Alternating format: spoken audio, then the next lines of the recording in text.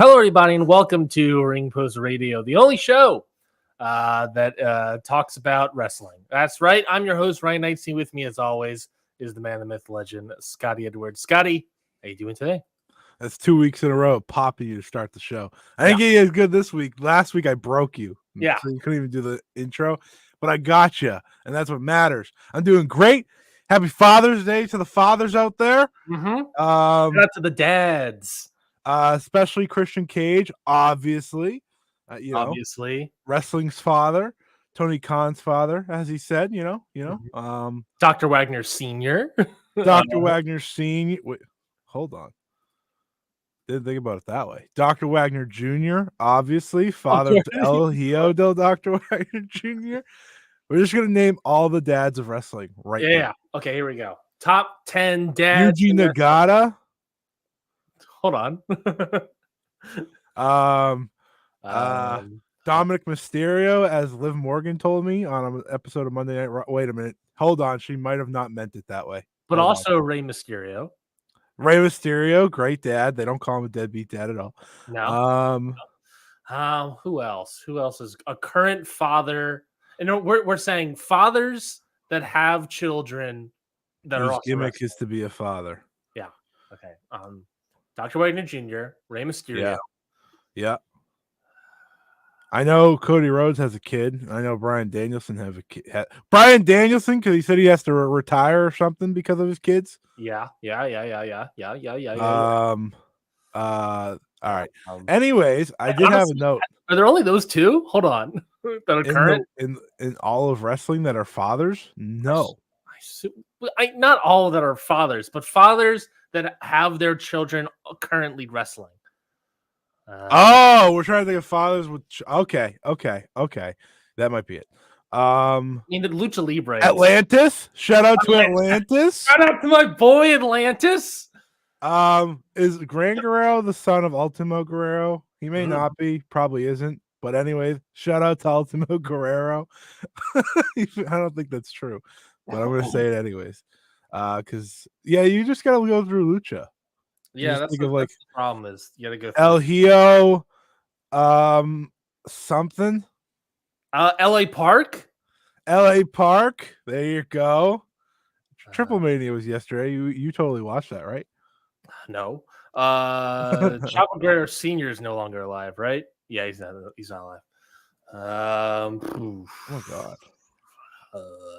What a start. What a start. Shout out to all the dads.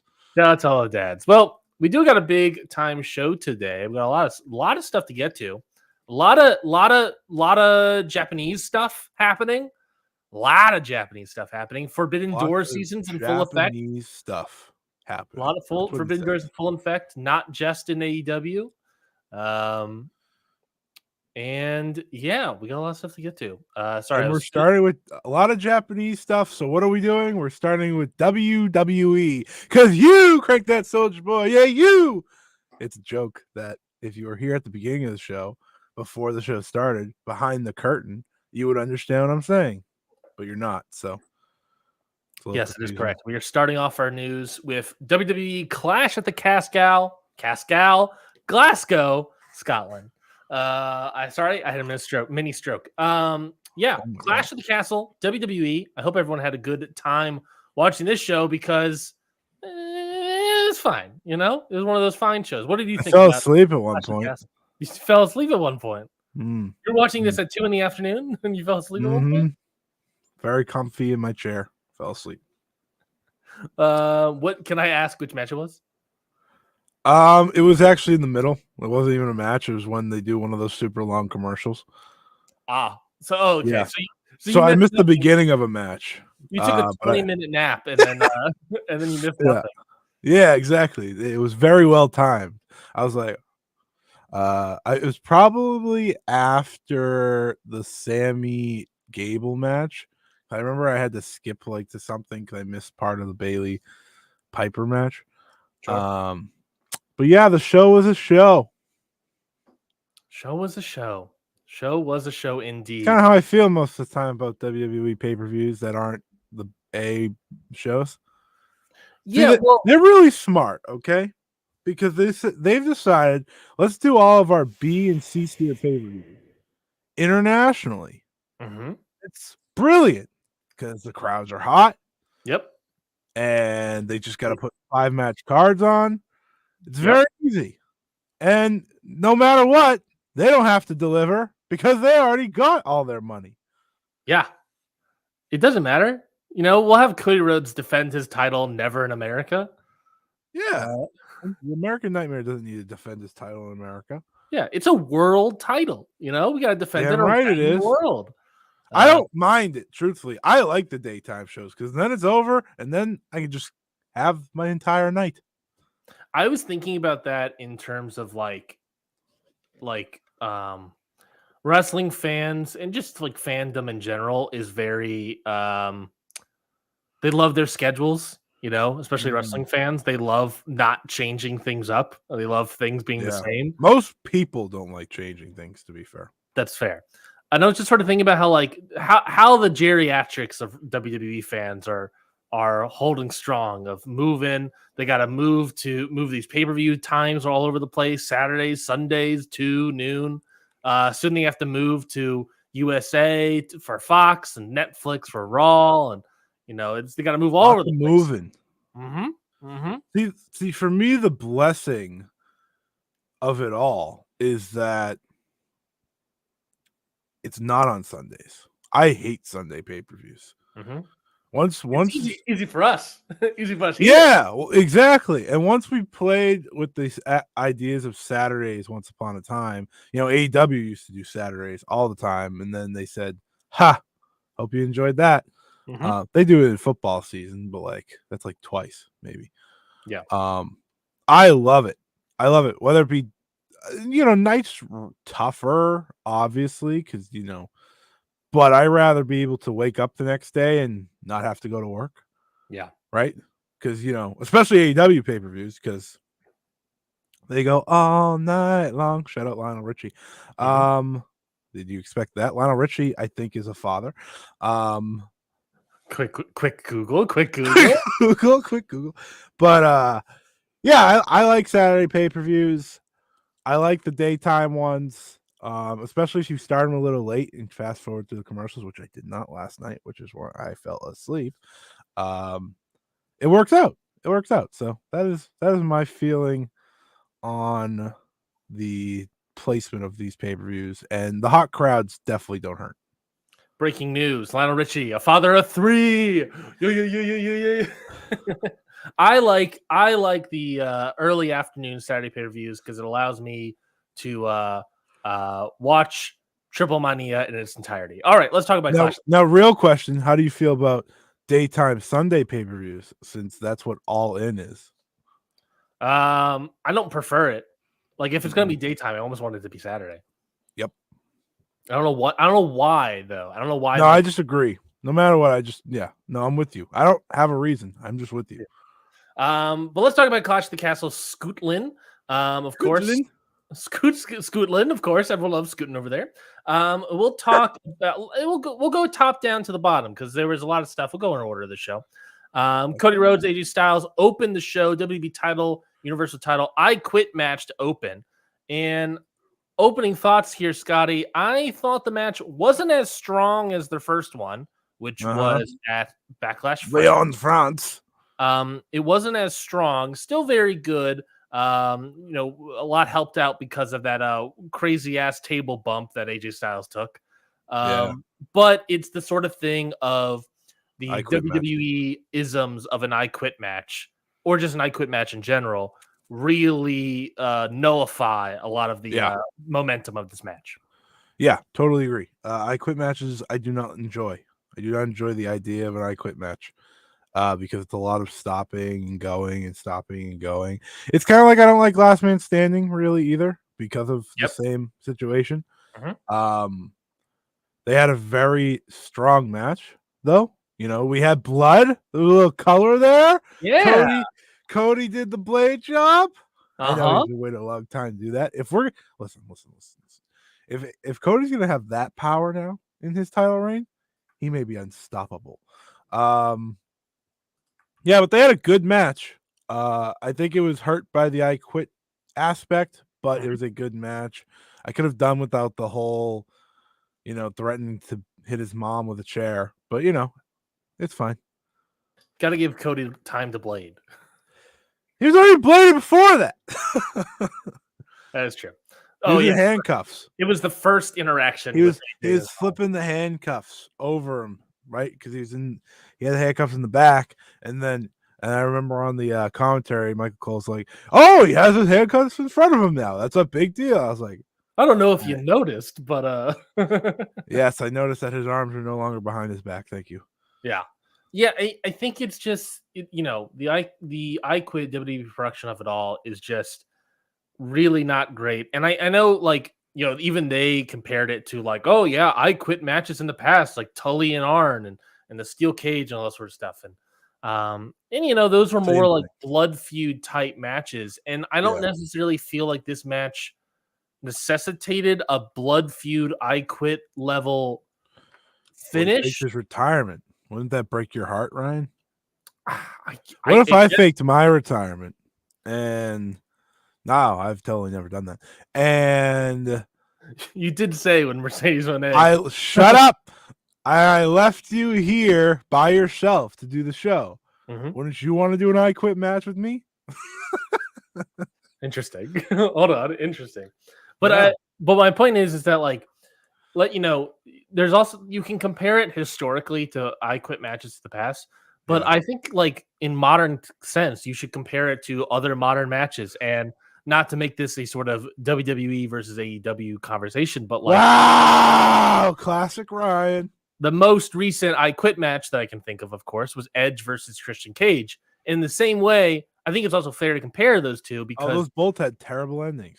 Both of the finishes were like the babyface wins and then still attacks the heel. I'm sorry. In a weird sort of in the corner. In the corner, totally. Yeah, same sort of way. But obviously, one involved steel steps and the other involved a wooden plank with nails sticking out of it, or whatever it was. Barbed wire. If it matters, I Quit matches just suck. Doesn't matter the company. Mm-hmm. For me, I just don't like the stipulation. Never have. And I think, to also be fair, like, that is a difference, not just in modern I Quit matches, but also just, work rate in terms of, like, house style. Because WWE works a slower house style. If you're going to slow down the momentum, I'd rather take an AEW, we're going top speed pretty much the entire time, and then the referee asks, versus a sort of slower pace, waddling through the match a little bit, and then asking, hey, do you quit?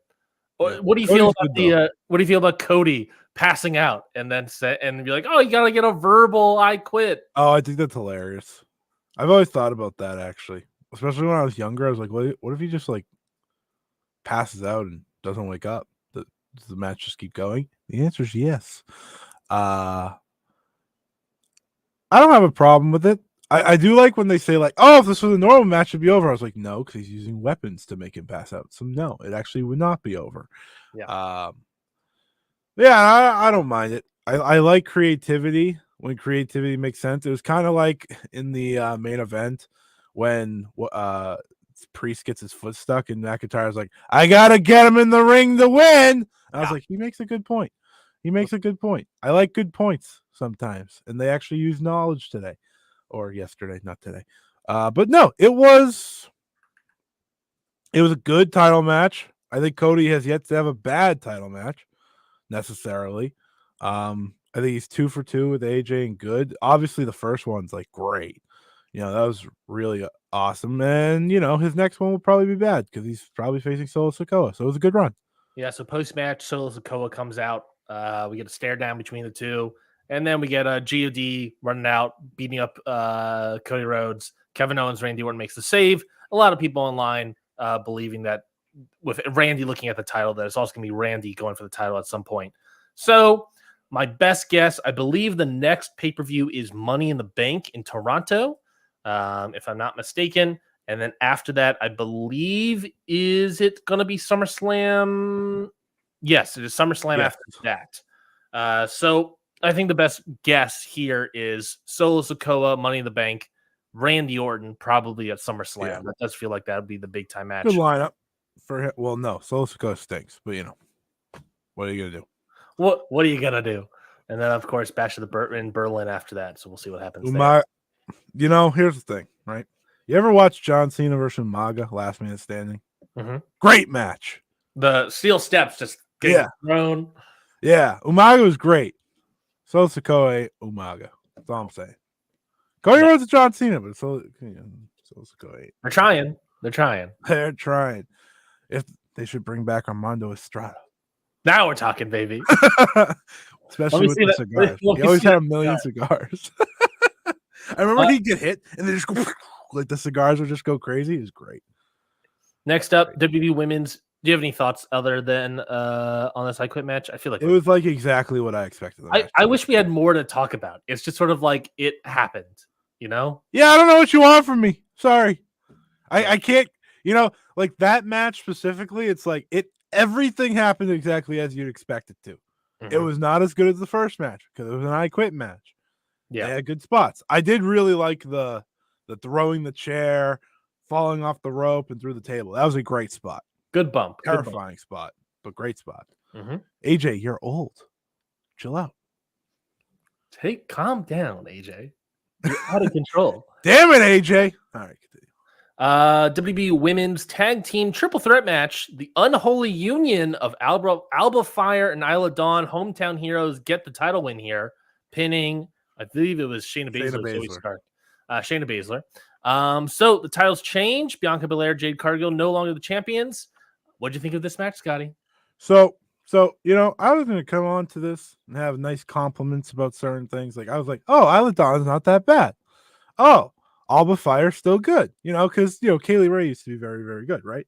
And that was my main takeaway because I don't think I've ever seen Isla Dawn wrestle. I truly don't think I ever had seen her wrestle before this. I always heard her name, but I didn't know who she was. So she was pretty good.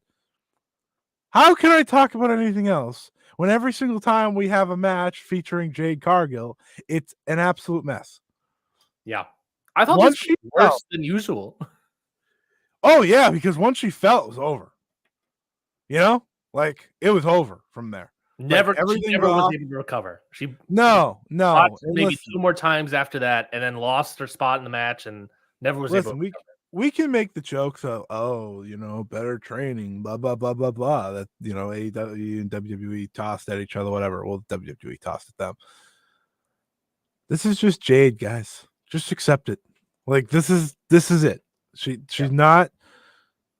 She needs to remember all her spots. If one slip up happens, the match is essentially null and void. Remember, like the whole reason of these tag matches were to hide Jade, and another reason for these multi-mans is to hide her even more. With arguably their best wrestler, by the way, she's teaming with Bianca Belair of all people, and she is so green. And maybe at this point, we shouldn't say green. We gotta start saying bad. But she is so bad that she is not hidden at all across 6 people. She sticks out like a sore thumb in these matches. No, she still has like cool moments. I'll give her that. Like there's still cool things that she does. But it's hard to. She's a vibe wrestler. Yeah, I mean it's hard to remember though once you have the slip up. Like, listen, falling off the rope, that happens. It does. We've seen it. But you got to recover, and the recovery was not good, right? Yeah, it was rough. I thought the match was going pretty good until that. Like I was like, oh, this is pretty entertaining. A lot of high spots, kind of what you want from a match like this. But then it went through the gutter from there.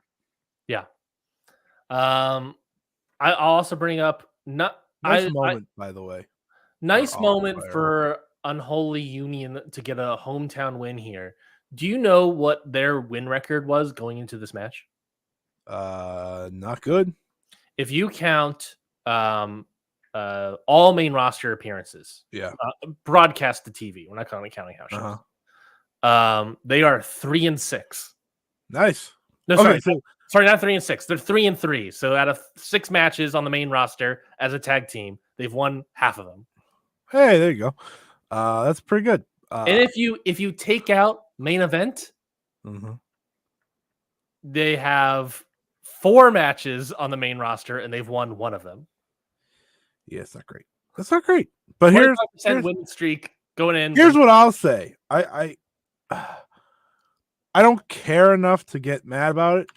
Like, this is a moment for specifically Alba Fire at home after I believe she's had a tough couple weeks, months. Mm-hmm. Her mother passed away. Yep. So listen, here's what's gonna happen. They're gonna give them the belts, and then like on Raw or SmackDown, they're just gonna give them back to the other 2. Do you think the other 2 are Bianca Belair and Jade?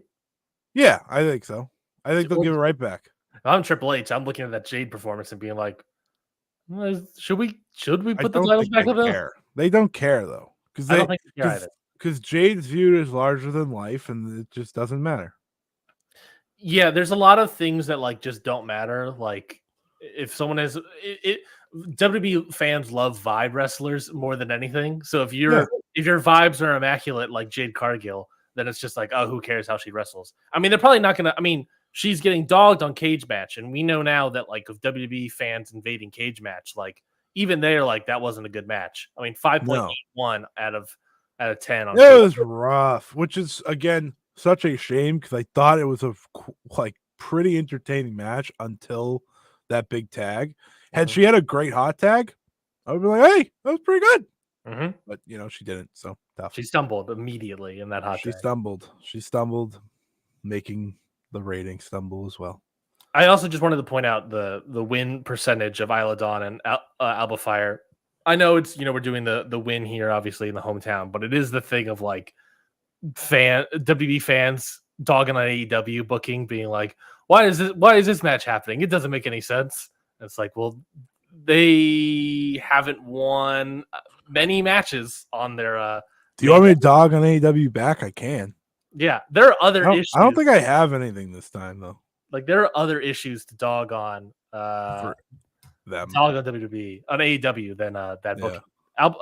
Unholy Union haven't won a match since May 27th. And if you take out main event, if you look at Raw or SmackDown, they haven't won a match. All right, so since I'm just gonna say this: you have already given more thought to the women's tag titles in this company than they do. I'm just saying. May of last year. Anyways, moving on. WWE Intercontinental title match. Sami Zayn defeats Chad Gable. I thought this match was pretty great, really good. But similar in a weird way to the first match, whereas that match I can't stand the melodrama. Yeah, that match sort of gets bogged down in WWE booking of how they handle and producing of how they handle I Quit matches. This got bogged down in the over melodramatic productions of the Gable Academy or whatever, the Alpha Academy of Otis, Chad Gable, and Maxine Dupree. Just the whole match sort of just getting distracted by how they were reacting and Chad Gable yelling at them. And then obviously the finish being whether or not they do what they're told and Chad Gable losing because of all this. So again, another one of those things of we have good wrestlers in here. If you just have them wrestle, like we saw at Backlash France of AJ Styles and Cody Rhodes, if you just have them wrestle, then we'll have great stuff. But no one in the back wants to trust them with good wrestling and would rather have the stories be, oh, what's happening with Maxine Dupree on the outside. Yeah, for me, I just want to see these two wrestle. And once you watch Maxine Dupree and Otis walk out there, that's just not going to be the case because they're telling a story with them. No Tozawa, by the way. No Tozawa. He was not invited to. What the hell were they? Glasgow? Yeah. He was not invited. It's just it takes away from the match. It was when the wrestling was happening, it was really good as you'd expect, but there was so much not wrestling happening. Yeah. That I was like, all right. And like you don't even get the Otis turn either. No, we talked about the preview. Feel better. You and me, okay, so you said Otis turns and Gable loses. I said Gable wins. They save the Otis turn. If you mix our two, we were right. Sure. Gable loses, but they don't do the Otis turn. They did half turns, which they kind of have done before. Which they've done 7 times. Yeah. They just continue. Listen, I understand not wanting to give away the big thing because ultimately, whenever it happens, it's going to be big for Otis. I get it. But then give him the damn belt. Yeah. Now it's like, okay, we're done there. Or are we? Because I can see them easily run this back in Toronto at Money in the Bank. So I don't know. I think whatever, if they have one more match, it should be like barred from ringside type thing. Like, let's get that part out of here. But yeah, it upset me because I know how good these two are. And I saw it. Like, I saw how good these two are. It's just when you have so many stoppages, it's hard to focus. Yeah, it's distraction. I will say, of the story, if we wanted to just, I don't think, I wonder if they did it on purpose. I will say this about the story that I enjoyed in terms of the melodramatic stuff of the story itself. I like how Maxine Dupree has an ankle injury and Otis is like, concerned for Maxine Dupree.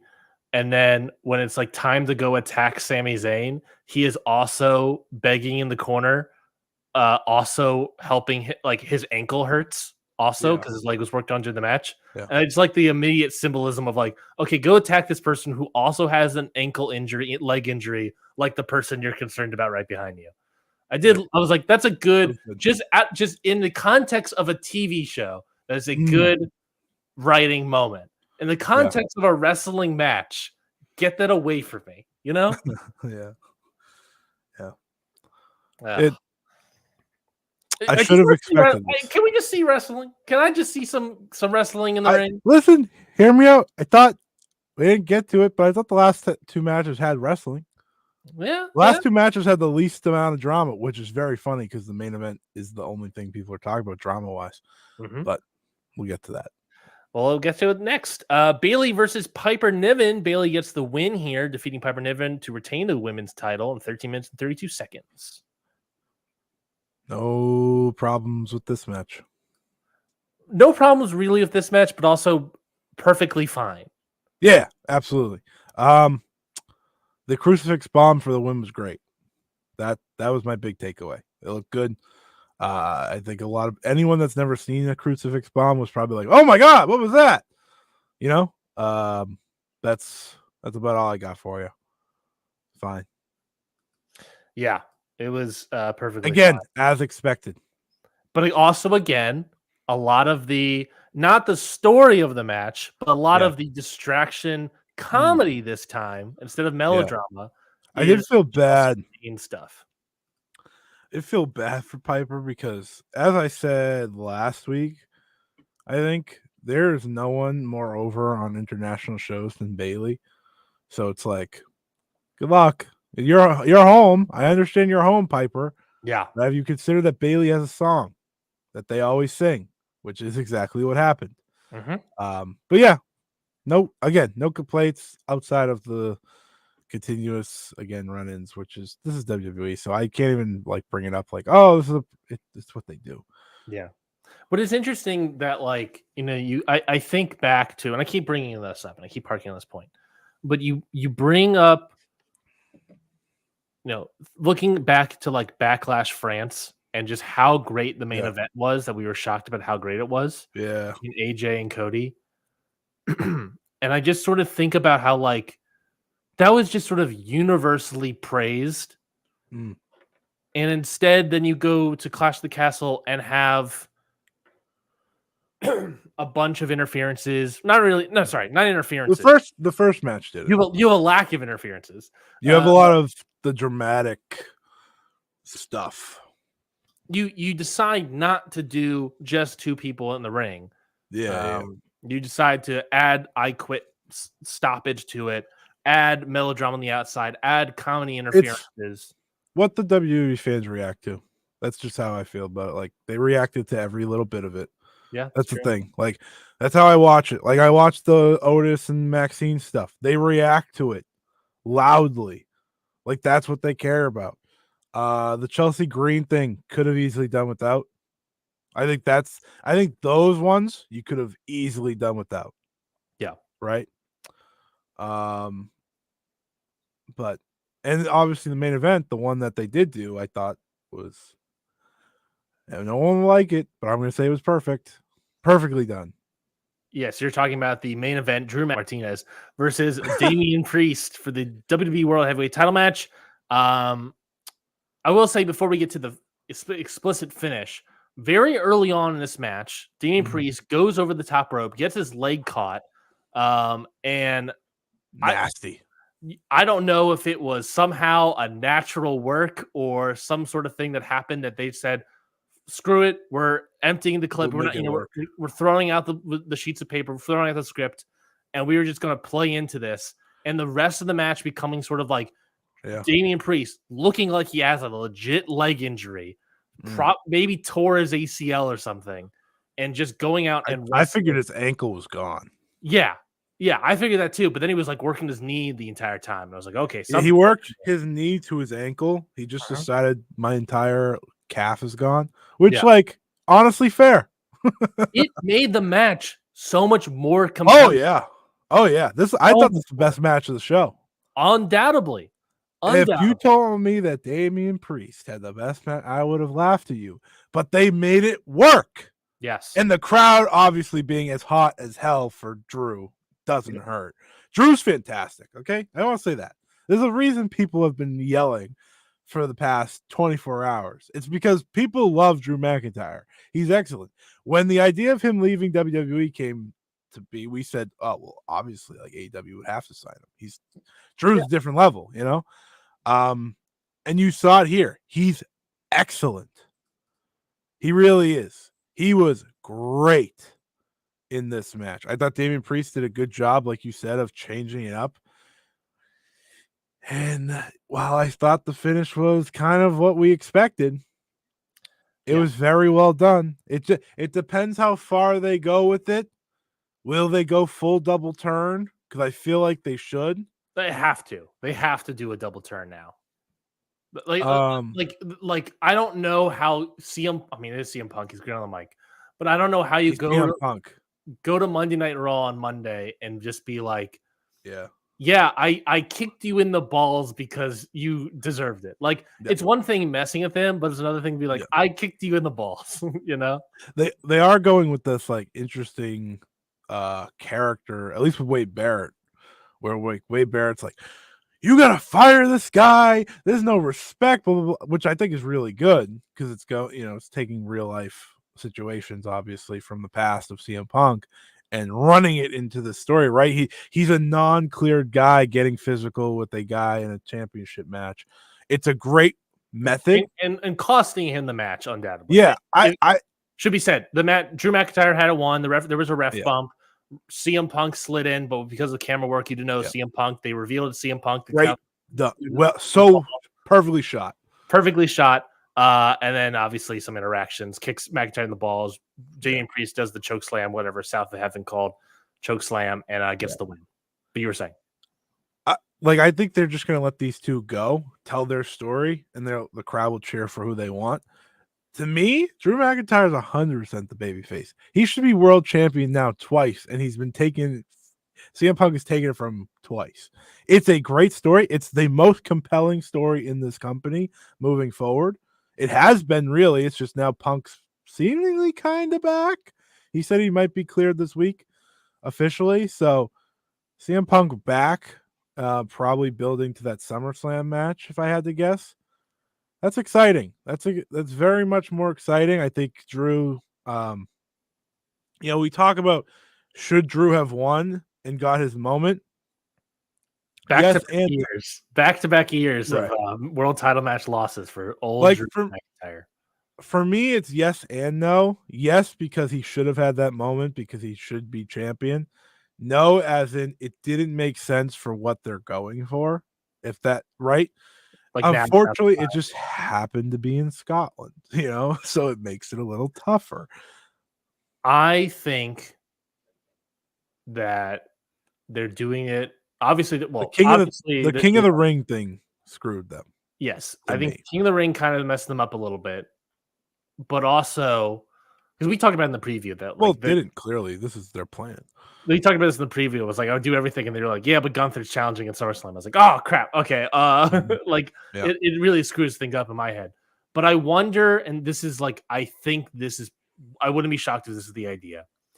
I think they are saving McIntyre. At this point, Rule of Threes demands that McIntyre now has to win the world title in Europe at some point. I think they are saving it for a bigger arena, and they're going to try to get. I don't know. Sometime in 2025. I don't know if they'll be able to do it, Scotty, but I would not be surprised if they try to book Wembley at Clash of the Castle next year.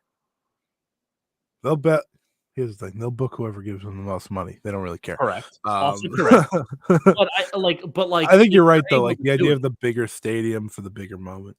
I think that's at this point, Rule 3's demands that they have to do it. I get against Gunther. Against a Gunther, that would be a great world title. If Gunther wins at SummerSlam and holds it all year till Clash of Castle next year, that works. If there's one positive to take from this match, it's that Gunther is going to be your world champion. Undoubtedly. That was my big takeaway. The moment I saw Damian Priest win, I was like, oh, Gunther's going to be world champion. Yeah. We won! I love Drew. I understand the moment. But we're getting Gunther world title matches. Yes. I get everyone being upset about Drew losing in Scotland. I get it. WWE loves in Europe again.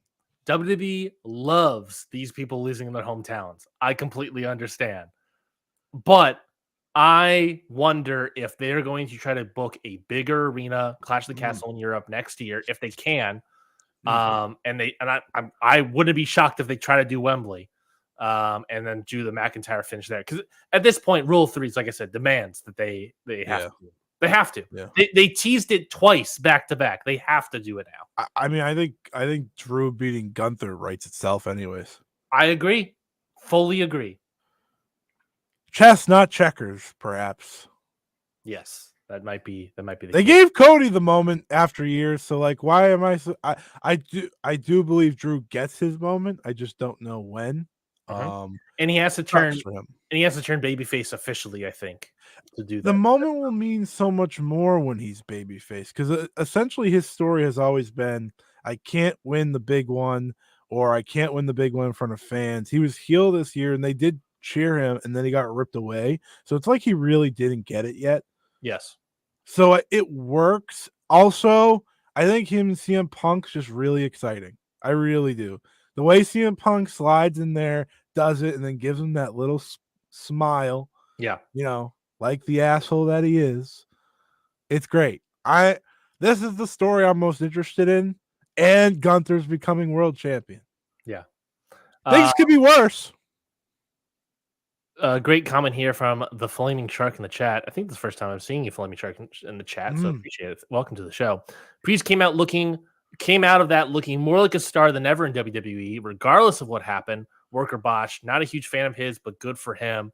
Couldn't agree more. Second best singles match ever. He was incredibly compelling in this match, working through that leg injury, and whereas you can't really replicate that again. No. It made you can. It made him come off so great in this main event title match. This is his second best singles match I've seen him in. Ask me what his first is. What was his first? Against Bad Bunny, baby. Kidding me? That makes sense. Sorry. That tracks.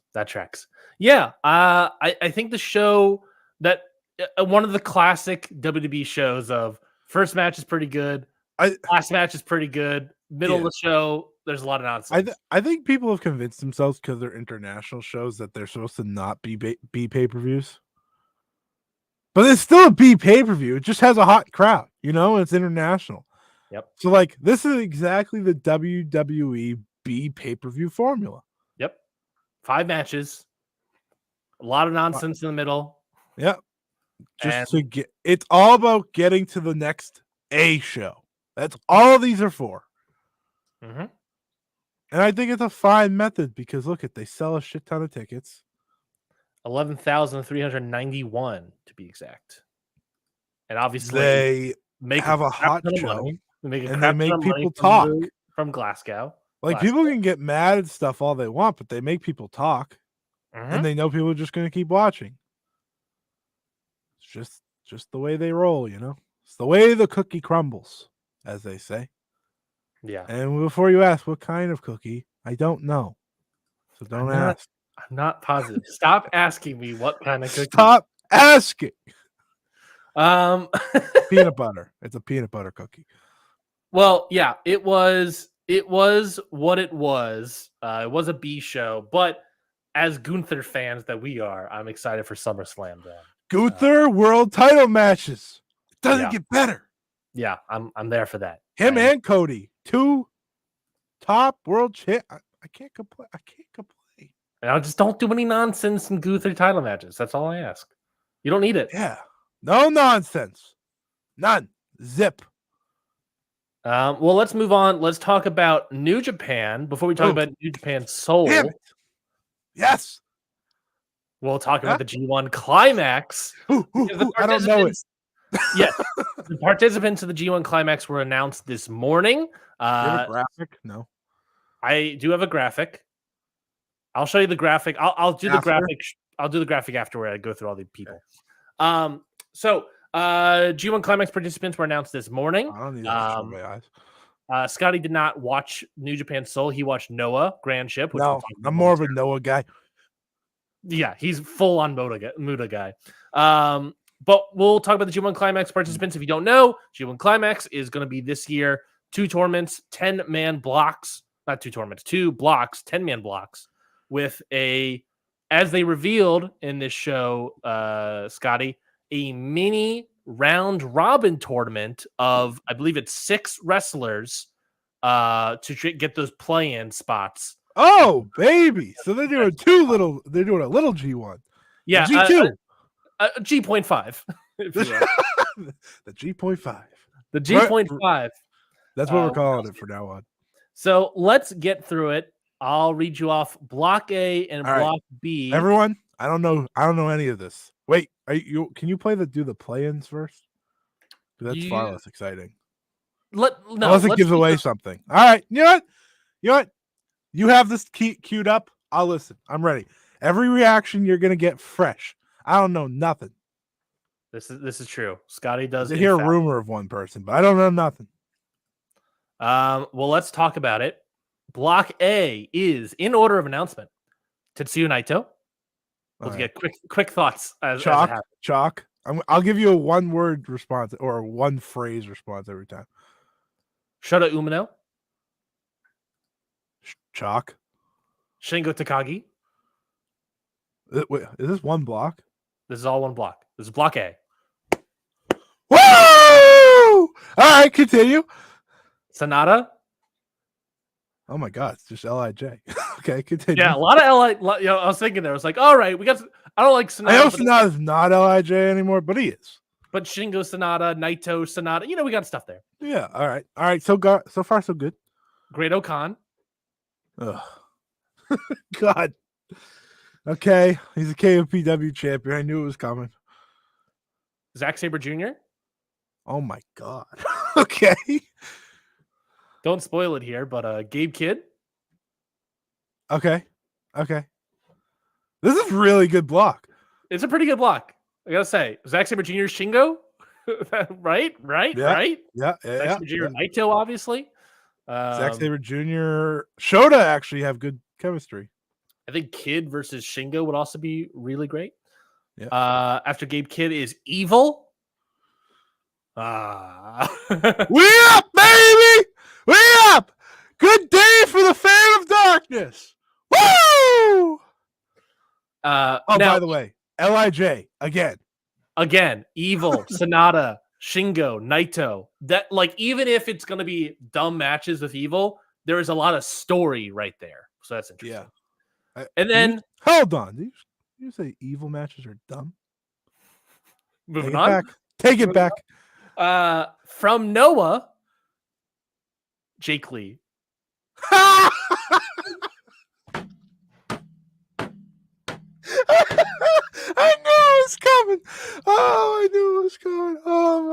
god. Do you know how bad? Right. Sit here and think with me, okay? Yeah. Do you know how bad him versus Sonata is gonna be? It's not gonna be great. Do you know how bad that match is gonna be? It's not gonna be great. So Him versus Evil actually might be incredible, though. Just think about it. Will it be incredible? No. Those are our two meme guys of the show. You know, yeah, you get it. So like that is Jake Lee's rough. Ooh, that is rough. The graphic is on our YouTube right Okay. now. Okay. Umino, Naito, doesn't look like Takagi, Sonata, Okan, Saber, Kid, Lee, and Evil, and then the 10th person being the A block qualifier winner. So do you want my hot take? Sure. It's not a hot take. This is so much better than the past 3 years. I don't care what your thoughts are on Jake Lee. I don't care what your thoughts are on Evil. Hell, I don't care what your thoughts are on Great Okan. Still better than last year. But LOL at Jake Lee. I knew it was coming too after he had that Naito match. I do love that he has the top hat though. Shouts out. Yeah. After the Naito one, it kind of makes sense. And you also have, Noah connections between Jake Lee and Gabe Kidd, right? With Gabe Kidd and Gabe Kidd, big time Noah wrestler. Yep. So there's stuff there, and whatever happened with the Gabe Kidd match this morning, like maybe that could set up. Yeah. If Kidd won this morning, I don't know the results of that match. I know you do, but if Kidd won this morning, then it could set up like Lee versus Kidd down the line. Which I don't like. Jake Lee. Yeah, there's no redeemable matches here. All right. Also, like you pointed out, lots of LIJ history stories. See, that to me is interesting. Mm-hmm. I think that's very interesting. I do like that Shota Umino's first. Yeah. He was not announced first, and then they changed up the order a little bit. I don't know why they did that. Yeah, it's kind of weird. But a lot of LIJ. We're naked. Oh, Jesus. And then let's move on. Here we go. Let's move on to Block B. This is Block B. Reactions coming again. Okay. Do not look at the chat. There was a spoiler in the chat. I don't look at the chat. I'm not looking at the chat. Perfect. Block B. Hiroki Goto. Yeah. El Phantasmo. Fuck.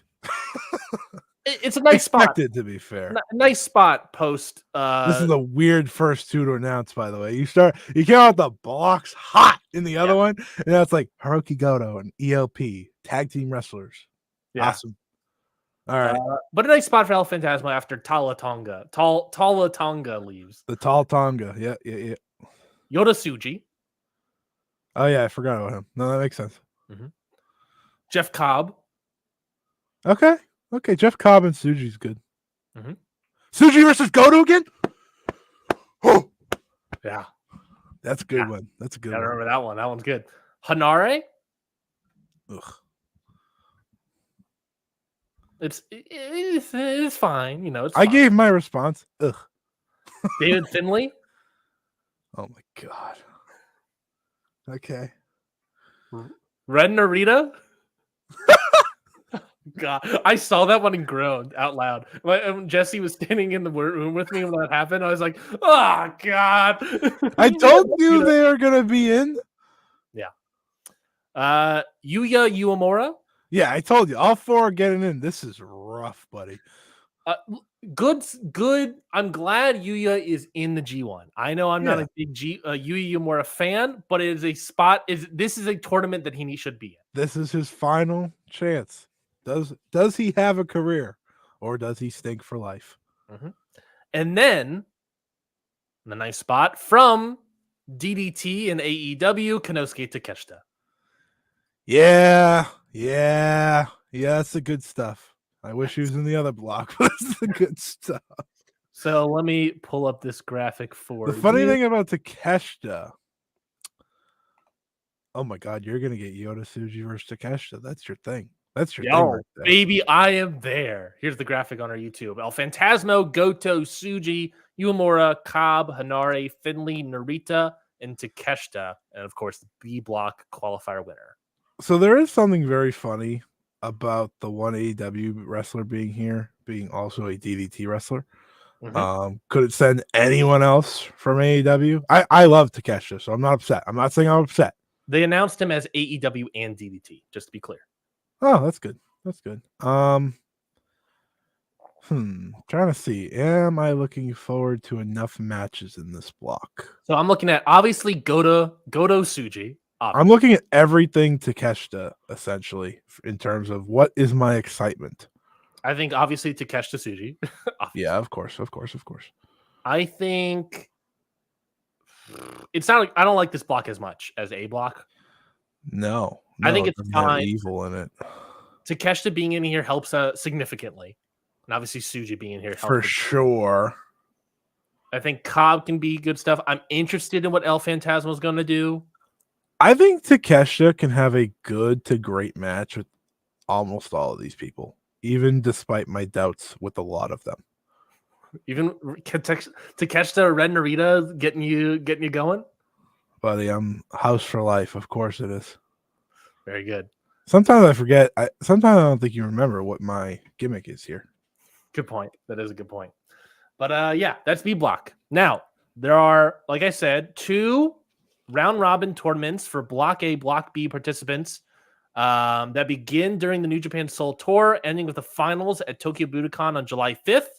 The participants in the tournament, and of course, these are 6-man round robin tournaments, 2 6-man round robin tournaments for each the 10th spot in the G1 and the A block and the 10th spot in the B block. This is the G.5. How does that even work? They're going to do basically a round robin mini tournament throughout the rest of the tour. Winner per block goes in? They didn't specify. I assume it's the winner of the block goes in. Okay, that would make sense. All right. So again, these are 6 people, mini tournament for the rest of the New Japan Soul Tour. Okay, here we go. In the A block, Tomohiro Ishii. Yeah, he ain't making it. Yoshihashi. Ah, come on. I just realized he's not in it. Yeah, get ready. You're going to have a lot of that. Well, I know Tanahashi's not in it. I could figure that one out. Callum Newman. Okay. I also, by the way, love Yoshihashi getting snubbed while Goto gets in. Tag partners. Yikes. No respect for big Yoshihashi. Callum Newman, I said. Kenta. Yeah, you can stay out. Chase Owens. Fuck. And finally, Yujiro Takahashi. A lot of House of Torture. That's a block. That's one block. That's the A block qualifier tournament. One of these 6 men is going to G1. Ishii or Yoshihashi. I think Newman. You left me praying for both of them. I think it's Yoshihashi's my front runner, and then Ishii, and then Kenta. But I think a dark horse is Newman. I think the singles match of Naito is sort of a dark horse. They're giving him shine. Will quit this show. Oh God! If Chase Owens makes it. Well, if you're gonna do that, we have to have a night quit match. Damn right. Damn right. Yeah. Okay. Oh, get ready for the New Japan Soul Tour. A match between Chase Owens and Yujiro Takahashi. Get it? Strap in, folks. Yujiro better win. B block. Any thoughts? Who's your big thought there about? You thinking Yoshi? Yoshihashi better win.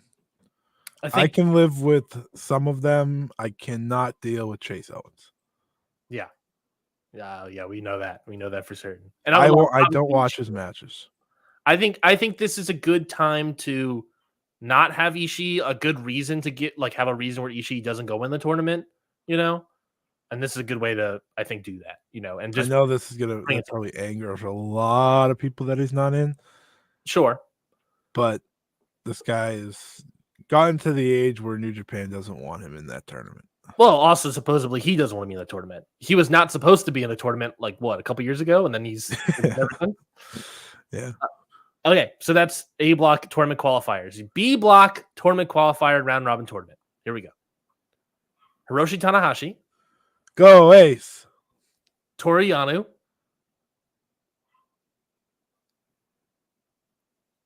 Silence. Did you hear Voices Wrestling story about Toriano? Which one?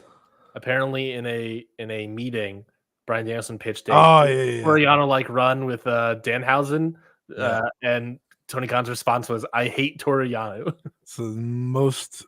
It's the most I've ever agreed on something with Tony Khan. Third person here, Bolton Oleg. He should win. Hold that thought.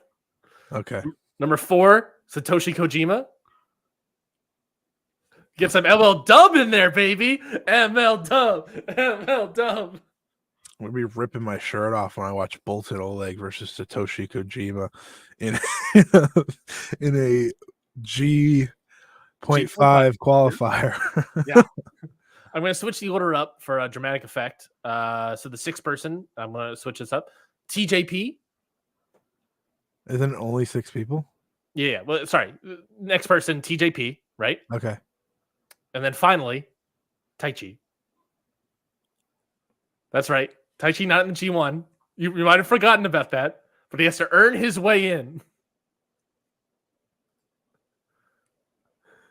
So that B block stuff, Tanahashi, Yano, Bolton Oleg, Kojima, Taichi, TJP. I'll pull up the graph. Are they doing a semifinals?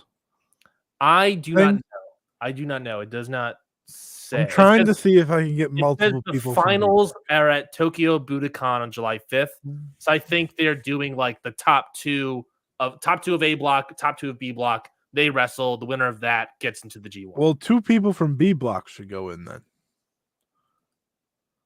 No, it is one person from A block is going in to A block of the G1. One person to B block is going to the B block of G1. Scotty, perplexed. So here's the B block. The B block is. Oh my god. Oh my god. Oh my god. Take Toriano out, and the B block might be better than the actual B block. Okay. That's my hot take of the day. Oh my god. How am I supposed to pick? All right. Here's who I want in. Okay. I want Taichi in. Yeah.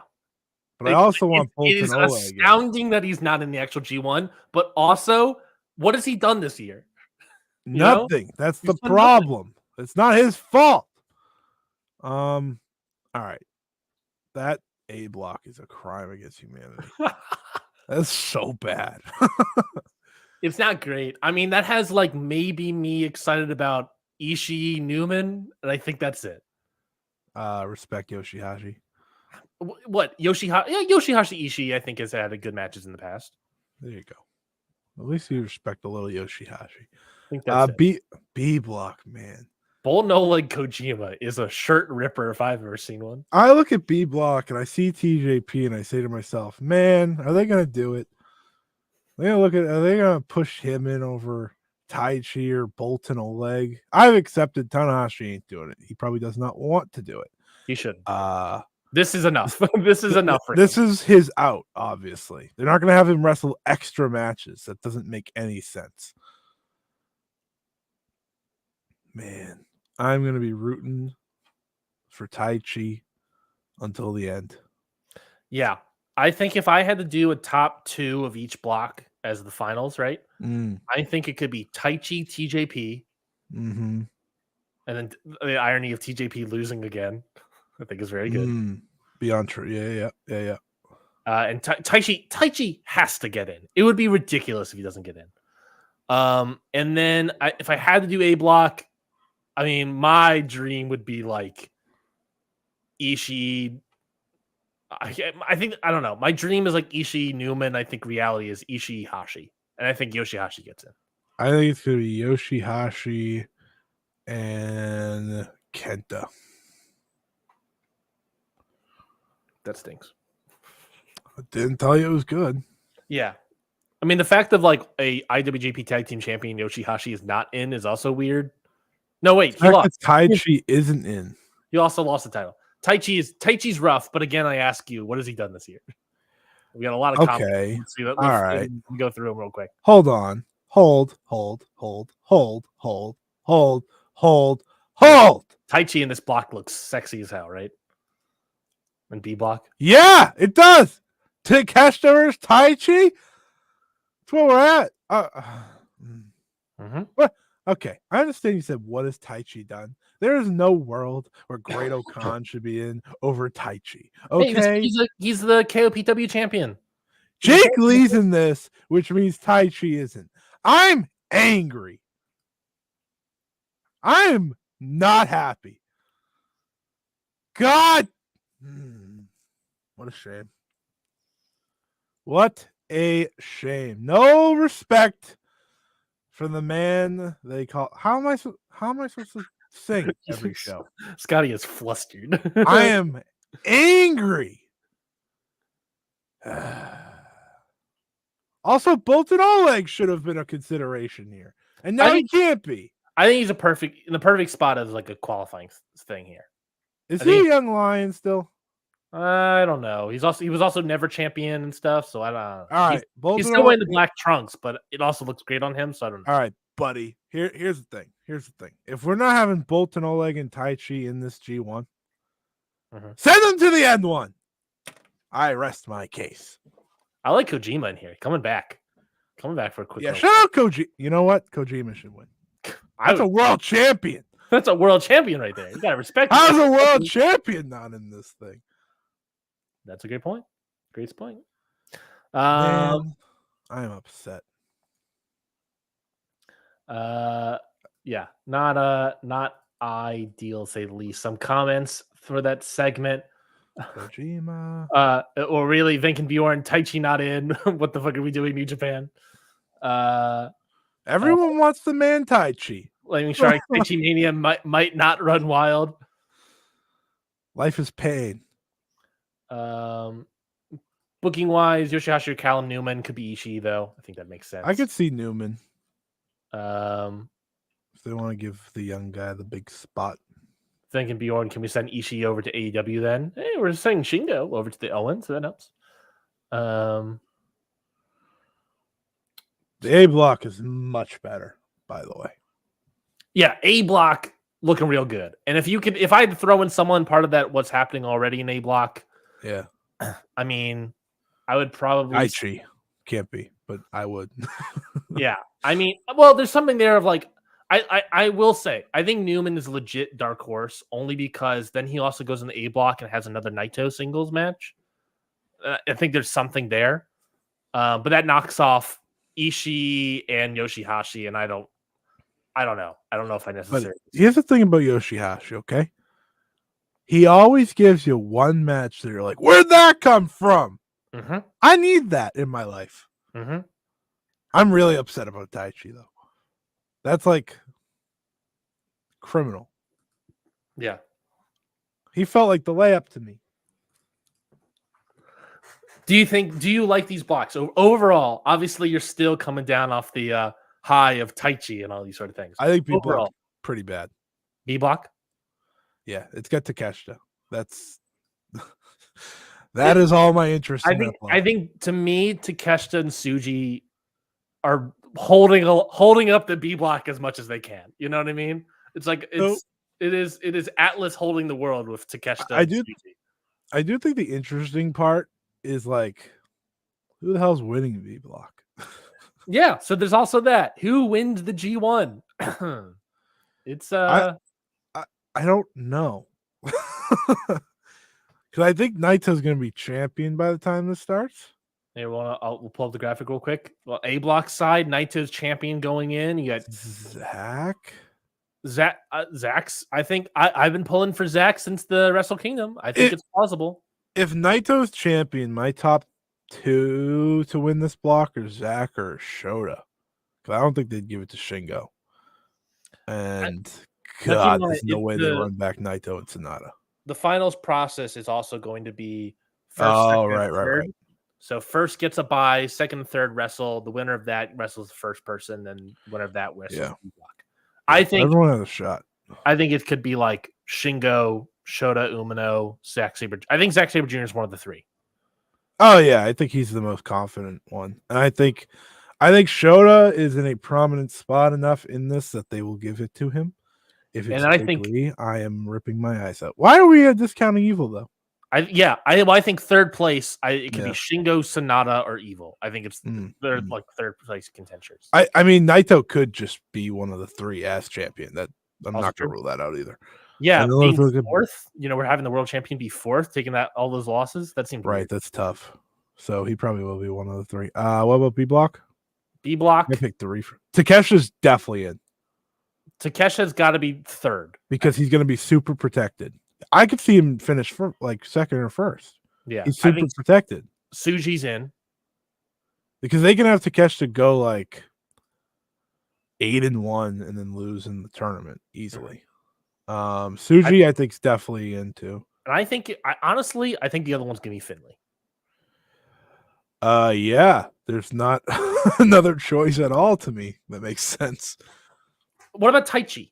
Yeah, no, now we're in. Now we're now we're cooking with gas. Taichi wrestles this G1 G.5, wins it, and then goes and gets third in the G1 B. It would be really cool, and they won't do this, but if like one of the tournament people made it, aka the B block one, because the A block has no prayer. But like if if a Taichi or a TJP or the Oleg, like if that would be interesting, because then it adds more to the idea of the qualifier tournament. Yeah, it gives it weight. Having someone, and I think Taichi's I think Taichi might be the perfect person to do that. Y'all are rooting for Taichi. Yeah, we're all rooting for the man we call Taichi. Think of the idea of a potential Zack Sabre Jr. Taichi final. Who's saying no to that? New Japan Cup. That New Japan Cup said no to that. And before you say who says no to that, I'll tell you who. Gato. But you know who doesn't? Me. It's right there. They're teasing it again. If Taichi can get in the G1, that's a tease. That's a tease right there. Zack Sabre Jr. Taichi. Zack Sabre Jr. wins. Then it's Zack Sabre Jr. versus Naito at Wrestle Kingdom. I think that's the expectation, right? I think that's where I'm at. That's where I'm at right now. We've been pretty on that train for a while. It's gonna be an interesting one. It's gonna be. I'll tell you what. I'll tell you this much. I'm into it. I'm into the G1. Yeah. So remember when I said I went from a 1 to a 7? Yeah. When they changed the blocks, I'm remaining at a 7. That's good. I think that's good. A strong 7, though. When the B block entrant is not who I want it to be, I'll be very upset. Yeah, I think a strong 7's good. I think it depends on the block A, block B bonus entrance. I'm gonna watch a lot more G1 matches this year than I have the past few. Hey, there'll be a lot less. There will be a lot less. Will there be? Well, it's a lot of tournament matches. Naturally, I forgot how big the 4 blocks were. Yeah. It was like 28 people, 32 people. It's gonna be a lot less. They also announced a lot of the dates and everything too. First 2 nights are in Osaka. They got Hiroshima, Nagasaki. Night 10 and night 11 are going to be in Korakuen Hall. If you want to circle that, obviously we don't have matches schedules yet. And then night 18, the finals is Ryogoku Korakuen Hall as well, with night 17 also there as well. And that'll be the semifinals and finals of the G1.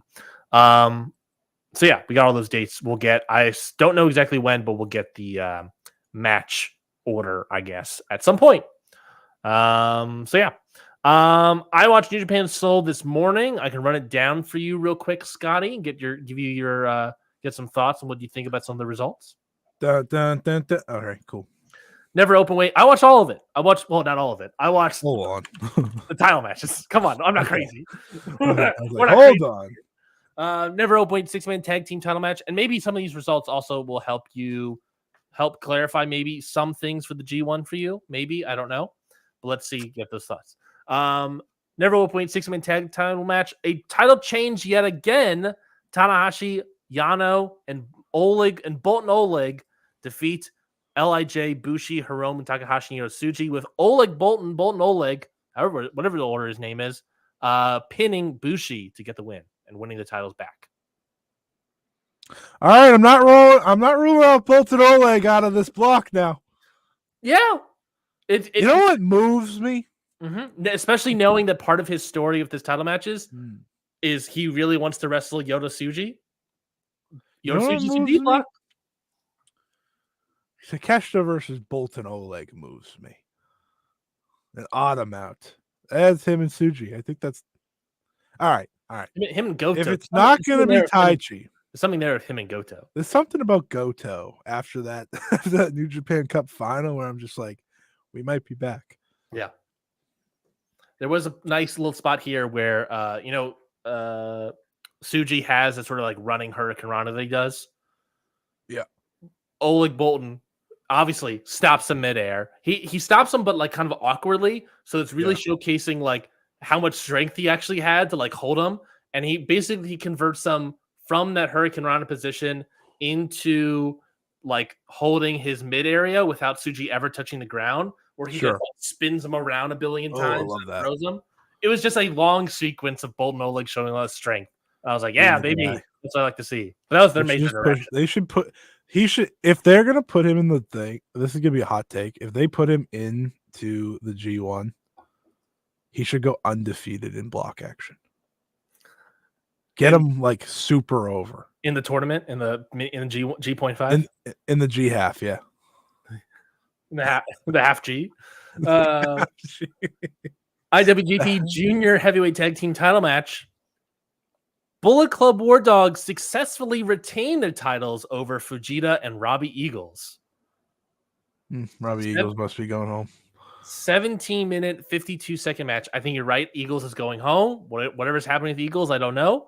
Fujita, a lot of heat. Long-ass heat segment on Fujita pretty much the entire match with War Dogs. This match was 18 minutes, slow, little plotting. The heat segment was way too long. You get a little bit of fire. Basically, the idea is you're trying to bring up Fujita, but I think his best moments in the Best Super Juniors were when he was like hot at the gate and going quick fast. That's what I was expecting from this match. Didn't get that at all. None of that.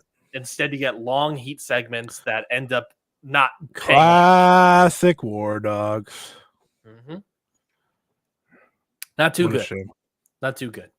Wasn't work obviously with every New Japan. Work is always good, but it's not too great. The beauty of you watching this for me is that I can skip a lot of it now. I'm on the filter. I know I'm there. I'm big time skip mode lately, which I'll talk about later. But oh man, yeah, you saved me there. All right, continue. Never openweight title match. 18 minutes and 46 seconds, so went 3 minutes longer than their 50-minute double knockout.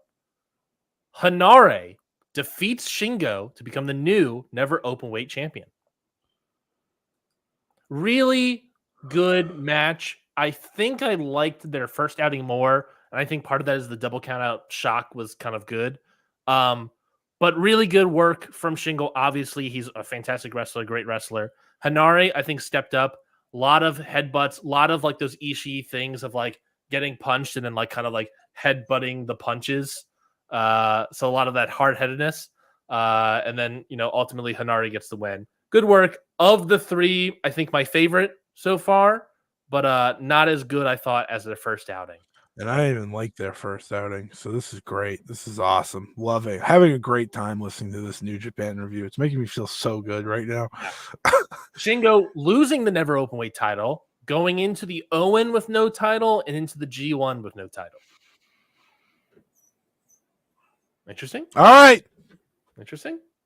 All right. Listen.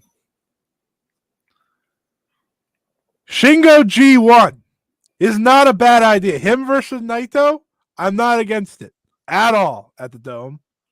Will it happen? No. So I better get Shingo versus Danielson. And obviously, Hanare in the B block as well, but he never openweight champion. I'm going to pull up that graphic. So you're looking at potential challengers for the never openweight championship by whoever defeats Hanare. I don't know who that could be. Cobb has his own title. Finley has his own title. Could be Tsuji. Could be Uemura, maybe. Bump him up more. El Phantasmo, he's not doing anything. I don't know. Maybe Takeshita, but I don't think they actually do that. Unless Takeshita beat... No, the G1's after Forbidden Door. So never mind. Oh, Scotty's gone. Oh, no, he's back. Yeah, so I think that's gonna be fine. IWGP Global Heavyweight Title match. David Finlay defeats Sonata in 25 minutes and 31 seconds. I messaged you that this match was sleepy. Boring. I was so bored. It picked up obviously in the last quarter, obviously, like all these matches do, but it was just, a classic Sonata sleeper. Classic Sonata sleeper. And you're not talking about the dead skull or whatever the finish. No, I was getting skull ended. I was getting skull ended watching this match. I'm starting to think I might not watch any of this show, which is very off brand for me. I usually make sure to watch at least. I'll watch the main event no matter what because, well, maybe. Let's see what you say. Main event: El Desperado defeats Show to win the IWGP Junior Heavyweight title inside the steel cage. I thought very good action. Despy rules. It had, of course, heat segments and whatnot. Obviously, Show ripping like this top right portion of Despy's match. We love Lucha ripping masks things, splurting blood out of El Despy's head, so he was gushing a little bit. Not a whole lot of blood, but he was bleeding. You know how much more interest I have in this match right now? Yeah. There was some stuff of like Evil handing Show the wrench through the steel cage, but that was that's fine. That was the peak of his involvement. And then I believe it was Kanemaru and Doki or something. No, not Doki. Kanemaru and somebody else came down and they like threw chairs in or whatever, but then they got dealt with as well. So it did a good job. The steel cage did a good job of like stopping the interferences. It was a longer match, 20 minutes and 57 seconds. Like I said, there were some heat segments, but me and also the crowd more invested in El Desperado than I am Fujita. And I think the heat segment was able to work better here. And he bled. Which helps a lot more. I am up for this. Pretty good match. I would check this out, definitely. If I were to recommend two, it would be the Never Openweight title match and the Junior Heavyweight Steel Cage match. Those would be my recs. Otherwise, you can skip everything else. Yeah, I can't. I didn't even spell Finley right in my match guide. I already deleted it. Perfect. I will watch the two matches that you said to watch. You know why? Because I am so not interested in anything else. Yeah, it's rough stuff. It was rough. And maybe this is partly where we can have a conversation about this. I watched this and thought about how this tour is called New Japan Soul. And I thought about how the New Japan in a lot of ways feels soulless in the past couple months. I think that's actually a good way to describe Desperado. And I think a good idea going to this match that I had was this idea of bringing the soul of New Japan. Who are the soul of New Japan moving forward? Let's create new souls. Despy's the number one pick for me. I think Despy, and I said this last week before. By the way, I watched Best of Super Junior Final last night. Completely forgot about it. I watched the rest of the show last week, and then I was like, "Oh, I'll save this. I'll sit down," and I just completely forgot about it. Great match. I think Desperado is the best wrestler in New Japan Pro Wrestling right now. Yeah, he's just so much more interesting to me. The crowd cares about him way more than anyone not named Naito. So his matches are better.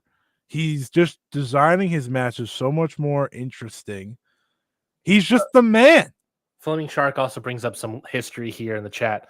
Despy lost the belt to Show originally to win the Best of Super Juniors and get it back right after the world was fixed again. Yeah, so this is how I see it. This is how I see what happened. I think the plan was, right? They had the Despy Watto story going, right? The plan was Despy to Watto. Watto got hurt badly. So they said, oh, we need a middle thing here. Let's give it to Show in a crappy way. Then rebuild Desperado through the Best of Super Juniors. Give him the belt back. And we can focus on the Watto Despy story when Watto's back in another 5-6 months or so. I think that works better. He can fail in his first try, then maybe win the Super Juniors. Give Despy a year run. I beg of you. I have no problem with Watto winning the Best Super Juniors next year and then finally beating Desperado. I think he should not win in his first match back or first big match back. I think that's a better story. It's an interesting story, and it means Desperado, like you said, gets to be the soul of New Japan as a top champion moving forward. He's main evented the 2 straight New Japan shows. How was the crowd, by the way? Was it good? Pretty good, I thought. That's good. Matches benefit from that in New Japan. So let me see if I can find an attendance, but I thought it was pretty good. But continue what you're saying. But I think that's like the pathway, because obviously the whole goal of this is to make the Grand Master. So we got to have the Grand Master back. Until then, you let Desperado have this great run that they probably didn't want to last a year and a half or whatever. And I think this is more interesting for him moving forward. You obviously, who did he lose to in the Best Super Juniors? Who, Despy? Yeah, do you happen to remember? I don't remember. He didn't lose much. I can pull it up real quick. Let's see. He lost 3 times. He lost to TJP. Okay, so there's 1 title match. Which makes sense. Kevin Knight. Oh, yeah! Give it to me! And Teton. Yeah, baby. Fantastic Mania? When? Oh, like the US one? Yeah. Teton, El Despy? That'd be cool. Did they announce some of the card for that? Hold on. Yeah. I don't know if the card, not all of the card. Is Teton can still go to the US? Yes, he can, because I saw him wrestle live against Chris Jericho. Neither of them are announced. Oh, all right. By the way, Doki and Mystico versus Volador Jr. and Rocky Romero. That's real. Doki and Mystico, give them the tag belts. All of them. Yeah, they have announced either man actually as well wrestling the show. So that's good. That's a potential, maybe a good show by you. Yeah. I know Desperado's on that show. Yes. That'd be the question. Crowd was good, but attendance-wise, not good. If you want to compare to other shows from what arena was it? It was in the Sapporo, Hokkaido, Japan, Hokkaido Prefectural Sports Center. They did the New Beginning in Sapporo night 1 and night 2 were there. Night 1 main event was Finley versus Nick Nemeth, with Nick Nemeth winning the IWGP Global, and also semi-main was Riddle versus Tanahashi for Riddle winning the World TV title. That got an attendance of 3,231. The next night was the main event was a hair versus Suji and Uemura, and the Naito versus Sonata main event for the world title. That got 5,355. Again, night 1, 3,231. New Japan Soul night 1, same building. This main event being the junior heavyweight title match, 2,370. That's quite a drop. It's not a 900 person drop. It's not a surprise to me because 1, it was just announced. 2, it's the day after Altogether, and 3, everything besides Desperado in the main event is not that interesting.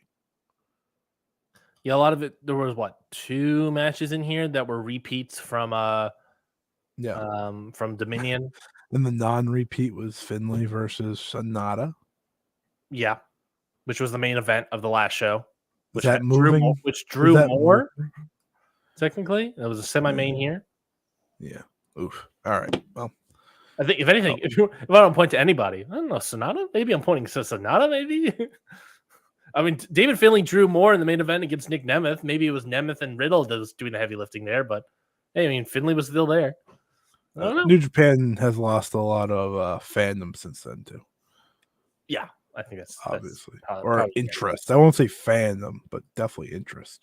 Let's talk about Noah, because I know you watched Noah this morning, and there was a lot of announcements coming out of Noah. Hold on. Yep. We those 2 support the 2 New Beginning shows. Those were Okada's last 2 matches. You can't rule that out. I know they were tags, but they were Okada's last matches. That's kind of important. That's also fair. That probably played into the draw. I had a brain blast. I was like, Wait a minute. I feel like something else big happened on that. That's like on the undercard. All right. What am I doing, Noah? A brain blast. Yes, Noah. I don't have the card in front of me, and I'm afraid to. Don't worry. I got this. Perfect. Walk us through. I got this. I watched 2 matches from this show because that's what I do. I don't watch a lot. Daga versus Starboy Charlie. I know all the results because that's how I am. So don't you worry. Perfect. Let's go through this. All right. I know all the key results. I have no idea who won Super Crazy versus LJ Cleary versus Ninja Mac. So after this was the WWE announcement. Okay. I do not know, folks. I do not know. Don't look in the chat because I'm gonna pop up what you're gonna see. In the chat or the sorry. Our little thing here of pictures. Don't look there. Yeah. That's where I'm gonna be popping. So they're like, ooh, that WWE major announcement. I'm like, okay, let's see what we got here. It is for an upcoming show. What's the upcoming show? It's for the Nippon Budokan show. Was that Destination or something? Destination, yes. We talked about this that they in a chat on Slack. They were like, "Oh, what are they going to do here?" Yeah, maybe they do like. Don't look in the images. I have multiple images there. Okay, don't look. I don't know. I'm also going to leave the chat in the comments. Okay, there might be spoilers. All right. So, wrestler pups on the screen announced for the Nippon Budokan. Naomichi Marufuji versus the phenomenal AJ Styles. Return to Japan. Yes, he said, I'm returning to Japan to face the legend Marufuji. Obviously big, I think. I mean, I don't want to like, I know this has become an overused term, but I mean, dream match, right? Legitimate dream match. Obviously, you would have loved to see it 6-7 years ago instead. Sure. But it's big for them. But if Marufuji can step it up versus Ospreay last year, right? We know he still has that gear, and we know from the Cody's Backlash France match that he has that gear still too. Yeah. Both these guys, pretty awesome. Both of these guys can get back into that gear. Yeah, so funny. So I watched the last 2 matches. I'm thinking like the announcements around then. Yeah. So I'm hunting for it on the video. Hunting for it. Nowhere. I was like, all right, I'll skip to like the middle of the show. It's probably in the middle of the show. Nowhere. I had to go on Twitter to find this damn thing. But it's awesome. I think it's pretty cool. They gave them really AJ Styles. I mean, I'm severely interested in that match. Like, that is because I just assumed it was going to be Nakamura. Yeah, I think you and I both in chat were assuming it was Nakamura. Didn't even cross my mind that would be AJ Styles. He did a nice little video promo, so very cool. 2 big matches in 2 different companies featuring 2 main event WWE wrestlers. Isn't the same day? Isn't Marigold the same day? Yeah, it is. Oh my god. Get your Wrestle Universe subscriptions now. Yeah. All right. So let's go through the rest of the important stuff on the show. Manabu Soya announced he's back, which is good. We talked about this recently. We're like, where is Manabu Soya? Yeah, so he's been out since January. So a big addition for them. One of the big announcements was that Jake Lee announced that the good-looking guys are over at the Nippon Budokan. Oh, come on. It's the All Japan gimmick where he's going to come back with another faction in a month. Oh, I don't care. No more good-looking guys. That is, I don't care about Jake Lee, so that's whatever. He's just going to have another faction. Yeah. I'm more interested about Jack Morris in all of this. That is honestly what I'm more interested about. We will get there. Oh. After Hayata and Oiwa versus Ogawa and Ulka Sasaki challenged Hayata to a title match. Obviously, Sasaki, the former MMA fighter, guy they're big time behind, especially since he signed. I could see him winning that match. Yep. That's also set for the Nippon Budokan. We'll go through the full card for that. For the Nippon Budokan, yeah. Daga successfully defended his title against Starboy Charlie. Not a big shock there. All hail the Lion King. The best work I've ever seen in Daga's career, by the way, is in Noah. He's doing really good. Yeah. And Amaxa challenged him after the returning Amaxa. I think he came back Amakusa? last week. I thought it was Amakusa. Yeah, it's Amaxa. I've learned that's how you Oh, correctly say it. I also thought it was Amakusa, but I think it's Amaxa. But either way, that's a big time junior heavyweight title match. I'm looking forward to that. I agree, and he's come back a man of the cloth. Yes. So let's get to the tag team semi-main event for the JHC tag team titles. I did watch this.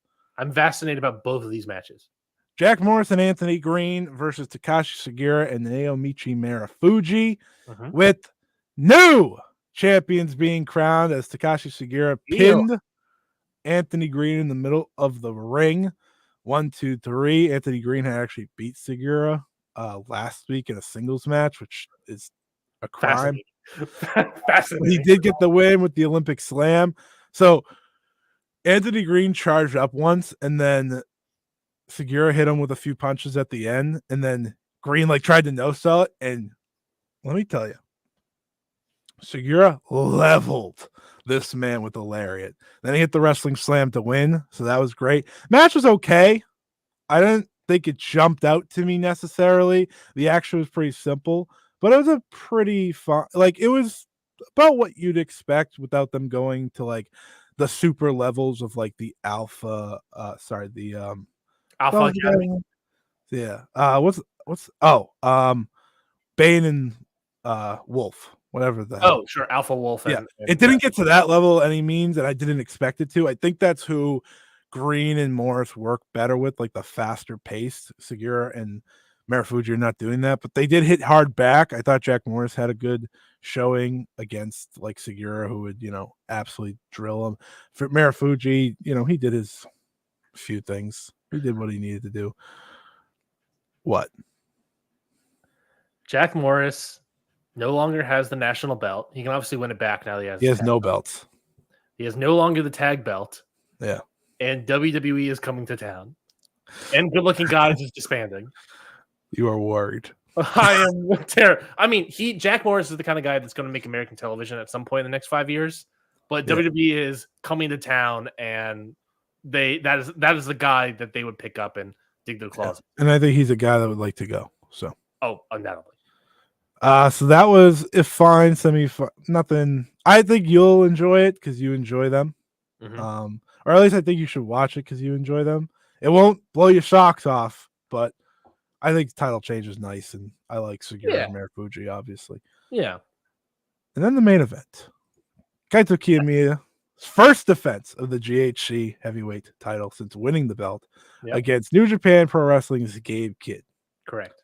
If you watched the preview match last week, it was great. You recommended that to me, and it was awesome. Yeah, they killed each other. It wasn't even a match. It was just the two of them killing each other the entire time. It was Tendo and Jake Lee being like, all right, let's try to have a match here. They're like, screw you. And then Kiyomiya's bleeding everywhere. It's just unsurprisingly, this was great. This was a great match. Both of them bled buckets. Woo! So Kaito just already had he came into the match taped up, and Gabe just took it off and headbutted him a few times and reopened. So he didn't bleed as much, but immediately awesome. But the look of Kaito's hair with the blood always looks great. Yeah. So he didn't bleed as much as last week. I'll tell you that. Gabe Kidd, though, he did. He was a pool of blood by the end of this match. They were trading back and forth. They hit each other with a bunch of German suplexes. They did what they did last year in the New Japan G1 match that they had, where they fought around the boomtai. Gabe Kidd was trying to do a running spear into Kaito. He got up, reversed him, and just threw him into the crowd of chairs. That was great visual. At one point, Gabe spit on Kaito, and you would have thought you woke up an animal. He just he was suffering in the corner, got spit on. He's he got up and just started pound. They were going crazy. This was a great title match. Exactly what you want. He won with 2. So he hits the first Shining Wizard to the back of the head. Then he does the Muto freaking out, and then he hits the second one and gets the pin. It was great. It was a great match. Oh my God. Exactly what I wanted. I said this on the show a few weeks ago. You're not a big Gabe Kidd guy. No, but I am a huge Kaito Kiyomiya guy. I don't think anyone in Puro right now is as good as Kaito Kiyomiya. But after that, we got our next challenger.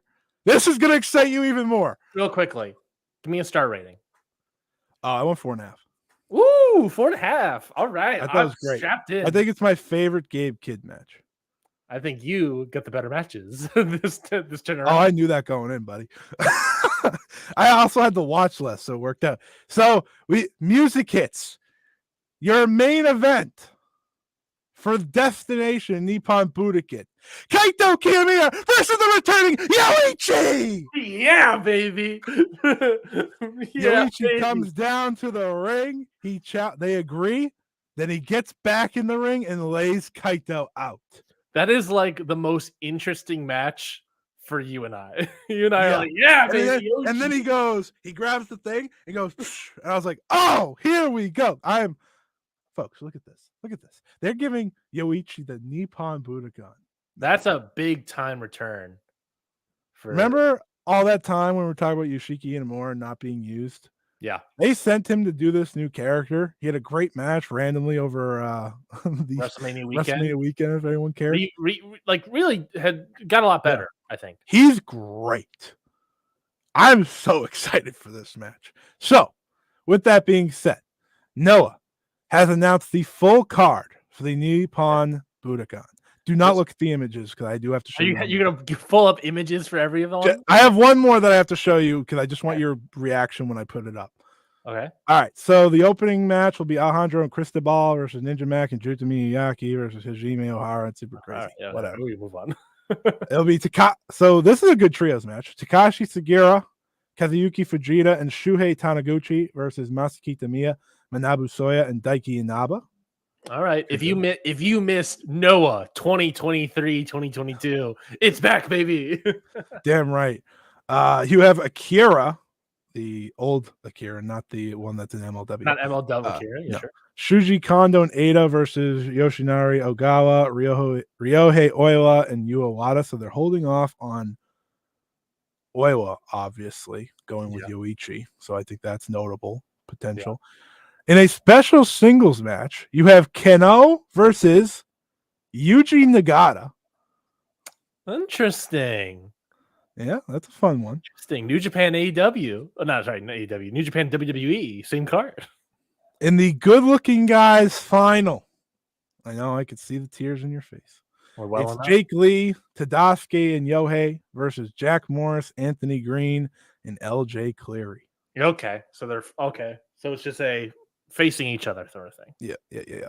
All right. All right. As I mentioned earlier, the GHC national title match will be Hayata versus Ulka Sasaki. God, I hope there's a new champion. It could be Ulka Sasaki. That's plausible. Daga versus Amaxa for the GHC junior heavyweight title. So that's a big one. I'm into that, actually. This is the third match to the top, and this is the one I've been waiting for. Ryan, I'm just going to present the screen, and I'm going to let you react. Yes! No titles on the line. Alpha Wolf, Dragonbane versus Hihildo, Dr. Wagner Jr. and Galeno Del Mal. It's a happy Father's Day for me, baby! When you said the thing for Dr. Wagner earlier, I thought you knew this happened. And I was like, oh my God, he must be so happy. This is the match that I was going through, and I said, oh my God. And you were like, don't say anything. Oh, this is the one. Great. This is the one. Woo! That is sexy by all accounts. Galeno Del Mal. I mentioned before, I was like, when are we going to get Galeno Del Mal and Noah? And he's in. Woo! And they're putting him against what I think is the best tag team in Noah. So. And they are going to win, and they are going to destroy Marufuji and Segura to win those belts. Oh, for sure. I don't even think that's a question. I think that's what they're telling us with that match. Oh, God, baby. They brought in Galeno Del Mal. We won. We won. And then, of course, Naomi Marufuji versus AJ Styles and Kaito Kiyomiya versus Yoichi. Woo! Pretty good card. Pretty good. Feel there's the a lot of energy great from matches on that card. Noah compared to the energy to New Japan. What a world we live in. Yeah. As stated earlier, Flaming Shark, Io versus Utami and AJ versus Marufuji next month. What a Two world. dream matches. Same day next month. Only on Wrestle Universe. Only on Wrestle Universe. God, that is the subscription to get. That is the subscription to get. Kaito versus Yoichi probably doesn't move people nearly as much as it moves us. But that is like, I'm so happy for Yoichi. But that's a good spot for Yoichi because also there's a question of whether or not that's actually going to be the main event. Yeah.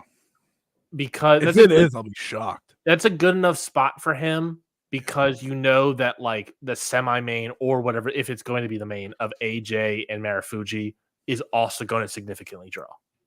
Oh yeah. It's good. It's AJ returning. It's AJ returning, so that's pretty good. AJ Styles returning to Japan, first time forever. As a WWE superstar, obviously. Is this his first time in Noah? I believe it is. I believe it is as well. I don't believe he's that's previously, unless he did a match in there when Noah was sort of feuding. But I think he was in. I believe he was in New Japan at the time when Noah was working with New Japan. I don't think he did though. But I don't think based on Cage match, he did not. So okay. there you go. So history, but that's pro wrestling Noah, baby. Yeah, Noah's. Are you excited? Well, it's fascinating that like Noah is the more excited. I don't know. It's the dual thing of like that's a great show. That is, I'm excited to watch the show this morning, Grand Ship, and I'm excited, very excited, way more excited for Destination next month. But at the same time, in the back of my head, I cannot discount the fact of how much is WWE going to get their claws. I don't care. I know. For right now, it's great, but I'm also just sitting there thinking, "Oh man, are the executives going to see Galena Del Mal and Dr. Wagner Jr. in 3 and just be like, scoop them like Alpha Wolf Dragon and scoop them up?" You know, like here's the thing: the only person watching is going to be William Regal. You know, that's a fair point. But my point there is that like a lot of the great stuff that's happening in Noah right now, you can pinpoint to outsiders, the Wagners, Jack Morris, and you can say Anthony Green as well, Alpha Wolf and Dragon Bane. I'll say even Daga if you want to give him that one. A lot of the great stuff. Gabe Kidd has also been doing great stuff, obviously. Yeah, but most of those guys are roster members. Yes, but they're outsiders in the sense of like they're not Japanese talent, right? They're still roster members of Noah, but like contracted wrestlers, right? Those sort of questions you have to ask. And so like Wagner is contracted. I believe Wagner is. Galena Del Mal, I don't know. Alpha Wolf Dragon Bane, I don't know. He will be. Jack Morris, I assume. But like it's those sort of things of like it's just in the back of my head, but I'm going to ignore it so that I can enjoy 7/17. Yeah, this is just Destination 7/13 actually. 7/13, whatever. Even sooner. It's even sooner than you thought. Here's the thing about the WWE Japanese company things. I don't care anymore. Like I'm so sick of this being I understand what they've done in their past. I understand what happened to the UK scene. Have we thought maybe the UK scene sucked as is? Because I do. I sure do. Remember what happened? A big difference between Japan and the UK indie scene that I thought about recently when we had a conversation about this is that like the UK indie scene, there was no top dog. No. It was like Rev Pro and Progress are the top ones, but they're still indies. Here, it's New Japan and Noah, and owned by big conglomerates that won't be bought out by WWE. Right. So like, and again, I could be crazy. I could be silly. Maybe I'll eat it in 12 months. Okay. No, sorry, 12 to 18. 12 to 18 months. 18. Tanahashi rule. Yes. Maybe I'll eat it. But the fact that they're going the extra mile with the likes of who they're sending, it's a big deal. And as Flaming Shark puts in the chat, a guy coming off of a WWE title match versus a couple years, last year, ice cold Shinsuke Nakamura. Right. Very true. And well, Shinsuke's a god in Japan, so that's didn't matter. But I get you. I don't know.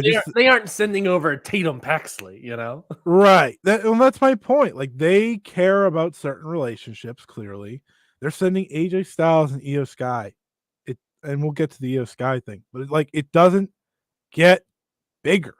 Yeah. Like the only bigger person they could send pretty much is like Cody for Noah. It's like they're not going to do that, obviously. But AJ Styles, like you said, off a WWE title match, a program, really. There was two. Yep. That's a big deal. I understand people's concerns. He's formally quit WWE and he's going to Noah. I understand people's concerns. I do. But WWE is now in this place of trying to look like the good guy at all times. Yep. They also have TKO, who I just don't think is going to give them that much money to like scoop fully. Up things. They don't give them enough money to sign talent. You want them to buy a company?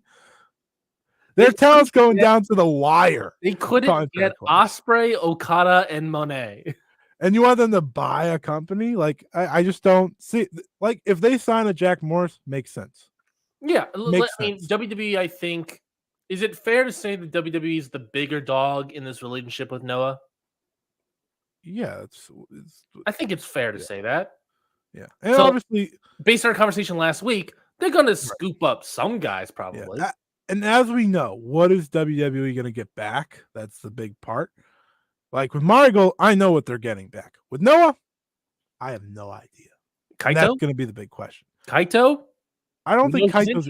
He's interested. Muta tried last time with the Hall of Fame ceremony stuff. Well, Kaito's weird because he's very Noah focused, and he's always like, I want to make Noah the greatest. Yep. I don't, maybe long term he goes there. I don't know.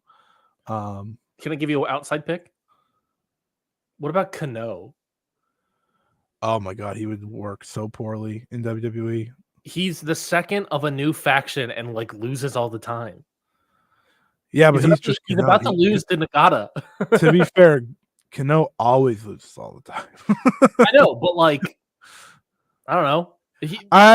WWE is going to pick up somebody, and it's going to be a top star. They're going to probably take a Jack Morris type too, but I don't know. Kaito, they're going to take somebody, Yeah, I guess we'll see. Again, it'll be someone who wants to go. You have to take that into consideration. Maybe it's Jake Lee. They can take Jake Lee.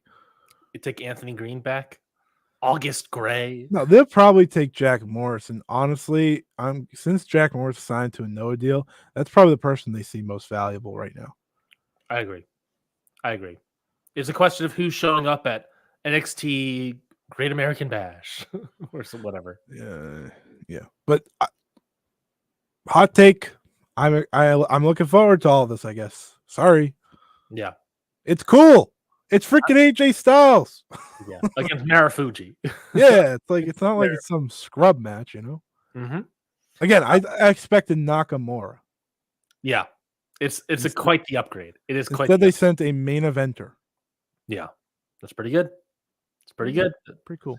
All right. So we don't have much time left. Any thoughts? Did you watch TNA Against All Odds? We have the Jordan Grace TNA Open Challenge Scotty review? Yeah, here I can tell you. It was fine. Yeah. Tatum Paxley, did she tear the roof down when she came out? I saw someone tweet Tatum Paxley is a very TNA wrestler. And I was like, that's so true. It's also true because I feel like she's doing a Daphne gimmick. Yeah. When she came out, I was like, oh, it's Daphne. Yeah, she's back. I did see the Jeff Hardy pop. I was going to say Jeff Hardy was announced this week that his contract was ending, and he popped up in TNA. Is there a more guaranteed pop than the Jeff Hardy pop in professional wrestling? No, you hear that those drums and that bass line, you're like, oh, I'm in. Should have been modest though. Modest, dude. But if they only use that just for that one spot, I think that's cool, honestly. Mm-hmm. Just for the return. Yeah. And then they bring Modest back. Are you fine with Jeff Hardy and TNA? I feel like I'm fine with that. Oh, perfect spot for I saw conversations about he's like the immediate world title challenger and should win the world title and the biggest star. At this point in his career, I don't know. He's definitely their biggest star. He's probably the biggest star, but I don't know about like legit world title, change TNA, right the ship sort of thing. I don't think he'd change TNA nor right the ship, but I do think that him as TNA World Champion is more interesting to me than Moose. I think that's fair. I just don't know, especially after this last run in AEW. I just don't know if I would be putting a title on this guy. Yeah. But I hope he's okay. I hope he's in better spirits, and he gets to be with his brother, so it works. 46 years old, by the way. He still looks the same for the most part, which is pretty insane. Well, then let's talk about Joshi. Let's do some quick. I am going to give you an absolute Joshi speed run right now. I was going to say ice cold thoughts on Marigold, and then we'll talk. It was Tuesday, to be fair. It wasn't. It's cold, not ice. Ice is if it happened last Sunday. So lots to know. This was a very busy week for me in the world of Joshi. Very busy, and in a good way, which was nice. You would explain Marigold and Stardom to every WWE fan, being like, "Who are these people? What do I gotta know? What's Io Sky? What are we doing?" See, these people are better than most wrestlers. If only there was a podcast that covered the history of Io Shirai and Stardom, Yeah. Io Shirai versus Mayu Iwatani, the most important trilogy in the history of Stardom. If only there was a podcast that covered. Check out Stardom Road anywhere you get your podcast. And with a wink. So let's go through the important stuff. Lots to go through.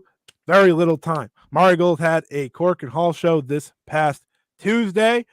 Their second got 980 on a Tuesday night. Not bad. Beat Stardom's last number by 200 in Corkin. So boom roasted. Beat TJPWs as well, but that's not what's expected. Technically beat Star Navigation. That was the Gabe Kidd. Beat another one. Beat it by 50 fans. So no. Here's the reason this is impressive. Tuesday night compared to a Sunday is very different in Japan, right? Like not everyone's going after work to go to a wrestling show. Weekends are just easier. So it's a good job by them. I thought 800 or more is good. They got near 1,000. Obviously didn't beat anything New Japan. Didn't beat DDT King of DDT finals, but it's also King of Weekend DDT finals as well. That's also true. Tuesdays, Mondays, they're tough. Anyways, let's talk about it real quick. This show, very. I don't like it as much as the first one. Huh? I don't like it as much as the first one. No, but it was a big difference. They're just trying to get to Summer Destiny, right? They don't have any titles in play yet. Well, they do now. They're working towards it. Yeah. Their Corgans will be a lot better when they have titles to work with because that's when the big matches are going to be. So this show is very by the books, I'd say. It's like, all right, here's some matches. Here's more showcase of our wrestlers. We'll give you a big main event, but otherwise, this is about story building towards Summer Destiny, which works. They had a rookie debut, Komomo Minami, which was nice. She was supposed to debut over a year ago in Stardom. So that's funny. You had. Can I do a quick point about that real quickly? Yes. You know my thoughts previously about Mirai, right? Yeah, she's a different person now, but yes. Different person, yeah, sure. Human. Yeah. But the idea of like I could not really I have a tough time like fully getting into Mirai and also connecting her against like separating her from Sayori Anu and Ami Sourei. Like the three of them came in around the same time and my brain morphed them together. This Mirai is the Mirai I want to see moving forward. Like it's not going to be, she can't really do this for a while, but this Mirai of almost like the Hazuki type of the like almost like the veteran dogging on rookies the entire time and being super dominant like this worked. I was invested in. Everything about what this match was, I was super invested into Mirai. This was the best Mirai I have ever seen, and I want to see a lot more of that moving forward. This is the passion injection that I needed to see with Mirai. Yeah, as I said, she is like in a much better place in Marigold. She feels like a different wrestler. That's what I meant when I said different person. Like she just feels much more confident, much more herself, if that makes sense. She feels like she shed off anything that was not working. So hopefully it works for her. Obviously, she'll have a big match at Summer Destiny. The other notes from this show, we did set up the Super Flyweight Championship tournament, which, spoiler alert, if you didn't see the results from Saturday, the match will be Misa Matsui versus Natsumi Shozuki at Summer Destiny. Misa Matsui did pin Shozuki on this show. Yeah. Misa Matsui, the speed star, kind of. I put her in the range of like she could be like the Natsupoi, Starlight Kid realm of like babyface, where people just get behind them. You know, she's smaller, but she's easy. They said on commentary she sells like some of the most merch in the company, which like I take notice of those things. Yeah. Like that means they're going to be behind her, which is good to hear. Especially starting out with a new company, it's you got to notice those things. I was fine with her performance in that tag. Nothing blew me away or anything, but I was like, no, you know, it's fine. Yeah, First time she's seeing good. her. So. She had a really good match with Nanai on a house show. It was a passion injection match. So, duh. The tag with Bozilla was rough, not because of Bozilla. I'll just say that. The rough 5 other people. Yeah, I'm just gonna look at her teammates, especially. Yeah. Oh, she's rough. I'm not gonna say names. Try to be nice. Not great. Yeah, it was rough. But they did set up the tournament for the United National as well. Sari destroyed Victoria Yuzuki. Yep, as expected. Just to continue building to the Julia match. They had a good face off. Then you had the big main event, Utami versus Nanai Takahashi, with Utami winning. Very physical, very back and forth. I really like this. Like the only match from the show I think anyone should watch. Like that needs to watch. Like I would check out Yuzuki Sarai, but like yeah, you definitely you're right. I thought that was personally I would recommend the Mirai match because honestly I thought that ruled. That was good. Yeah, it was good.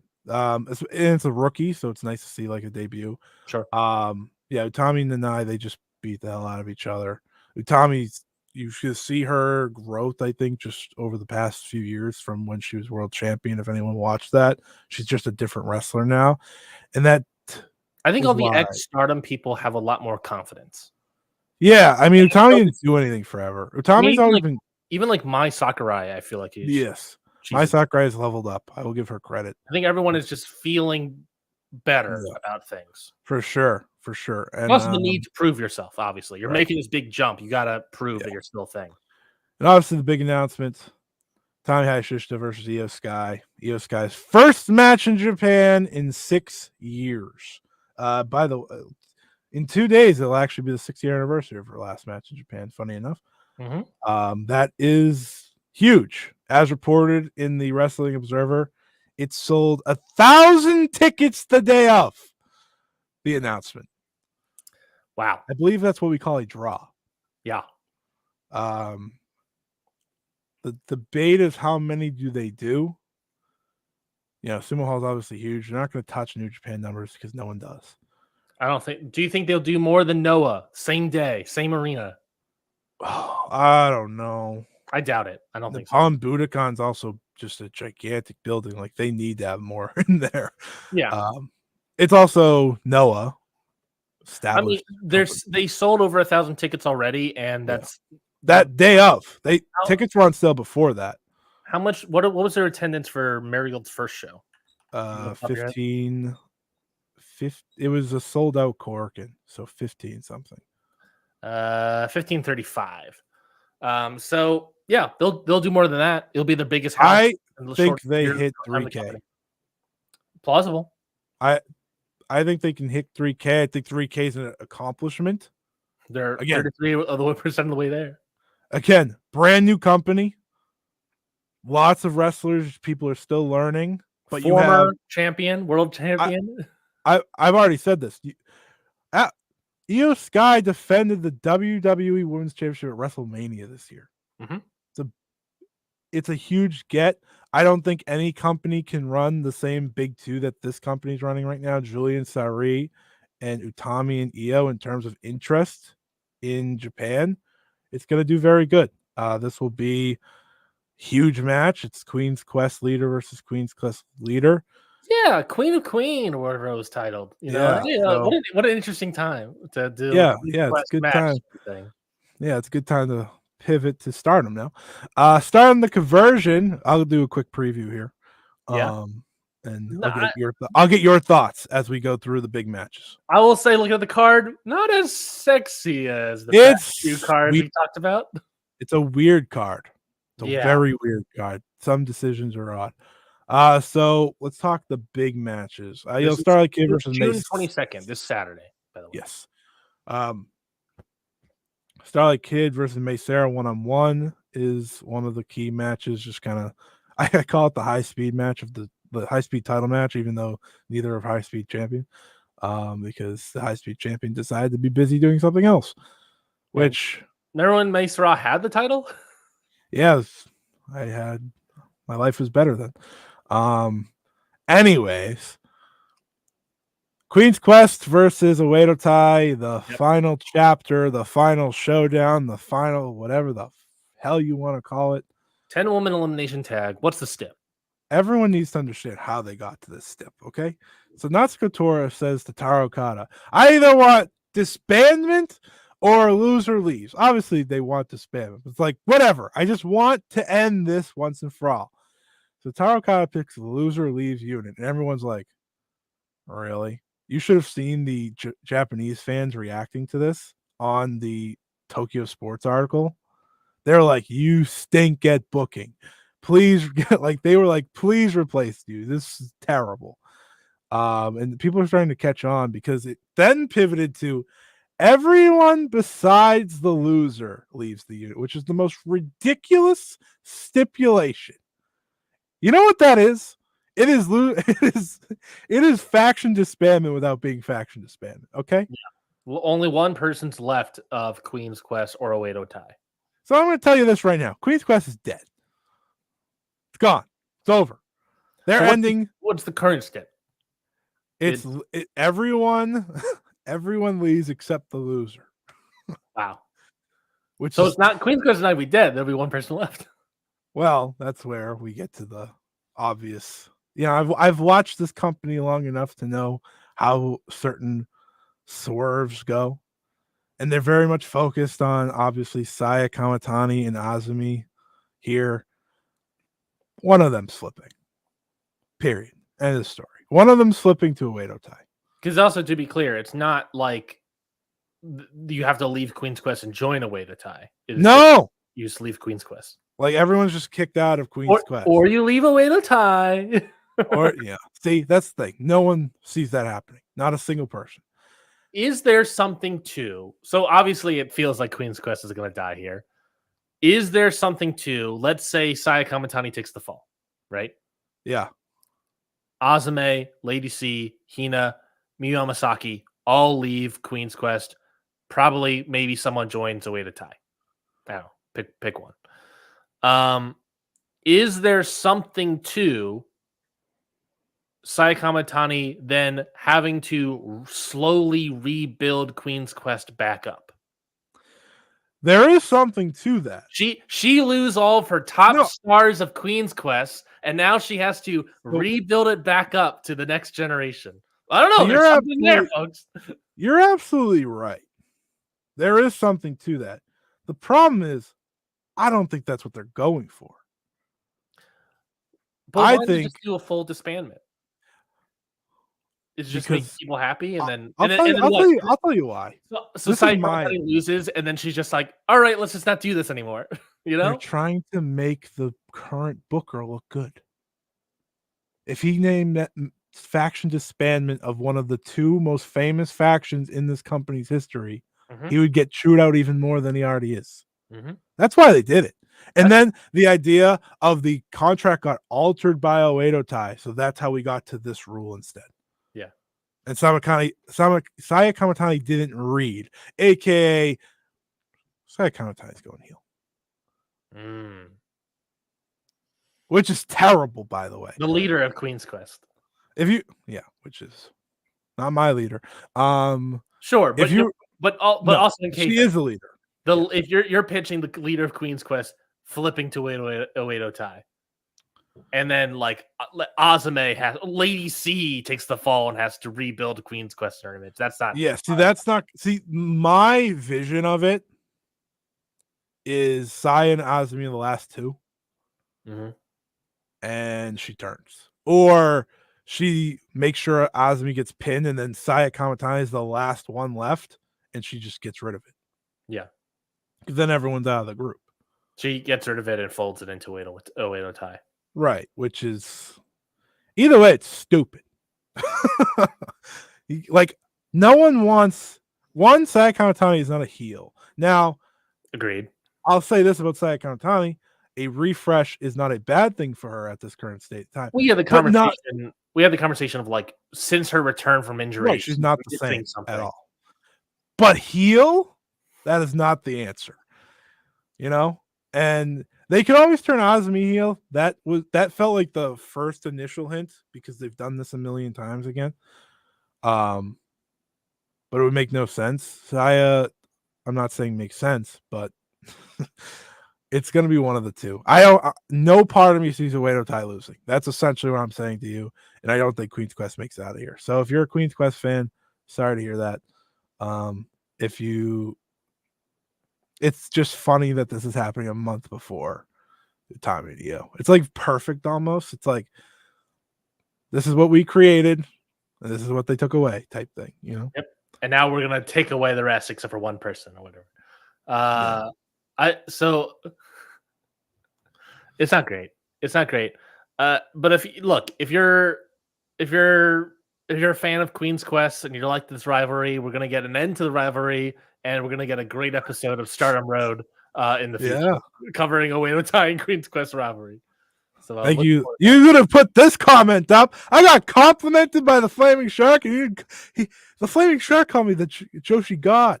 I was about to speed run this. I thank you. Hey, Eternal, how you doing? Oh no, I watched Triple Mania and Clash of the Castle yesterday. Them shits sucked. No, that's on. Yeah. Real bad. Yeah. What else is on the card? I see. No one believes me that. By the way, that no one believes that Queen's Quest is going away. I am so in on that. I don't think Momo's turning to join Queen's Quest. That would probably be the nicest swerve of the day. Yeah, I don't know. I don't see it happening. And Uedo Tai going away? I mean, that's still like a big time faction. This company. You can't get rid of the one heel faction. Yeah. Then you have no heels. Yeah. Right. So. Or you just have like a loose conglomerate of heels, which also could be fine, but yeah. I want everyone to know I don't want Queen's Quest to go away. That's not all. That's just what I'm want the extra drama so that you have more content for your Twitter spheres. Not really. I really don't want the content of Queen's Quest going away at all, but that's where we are.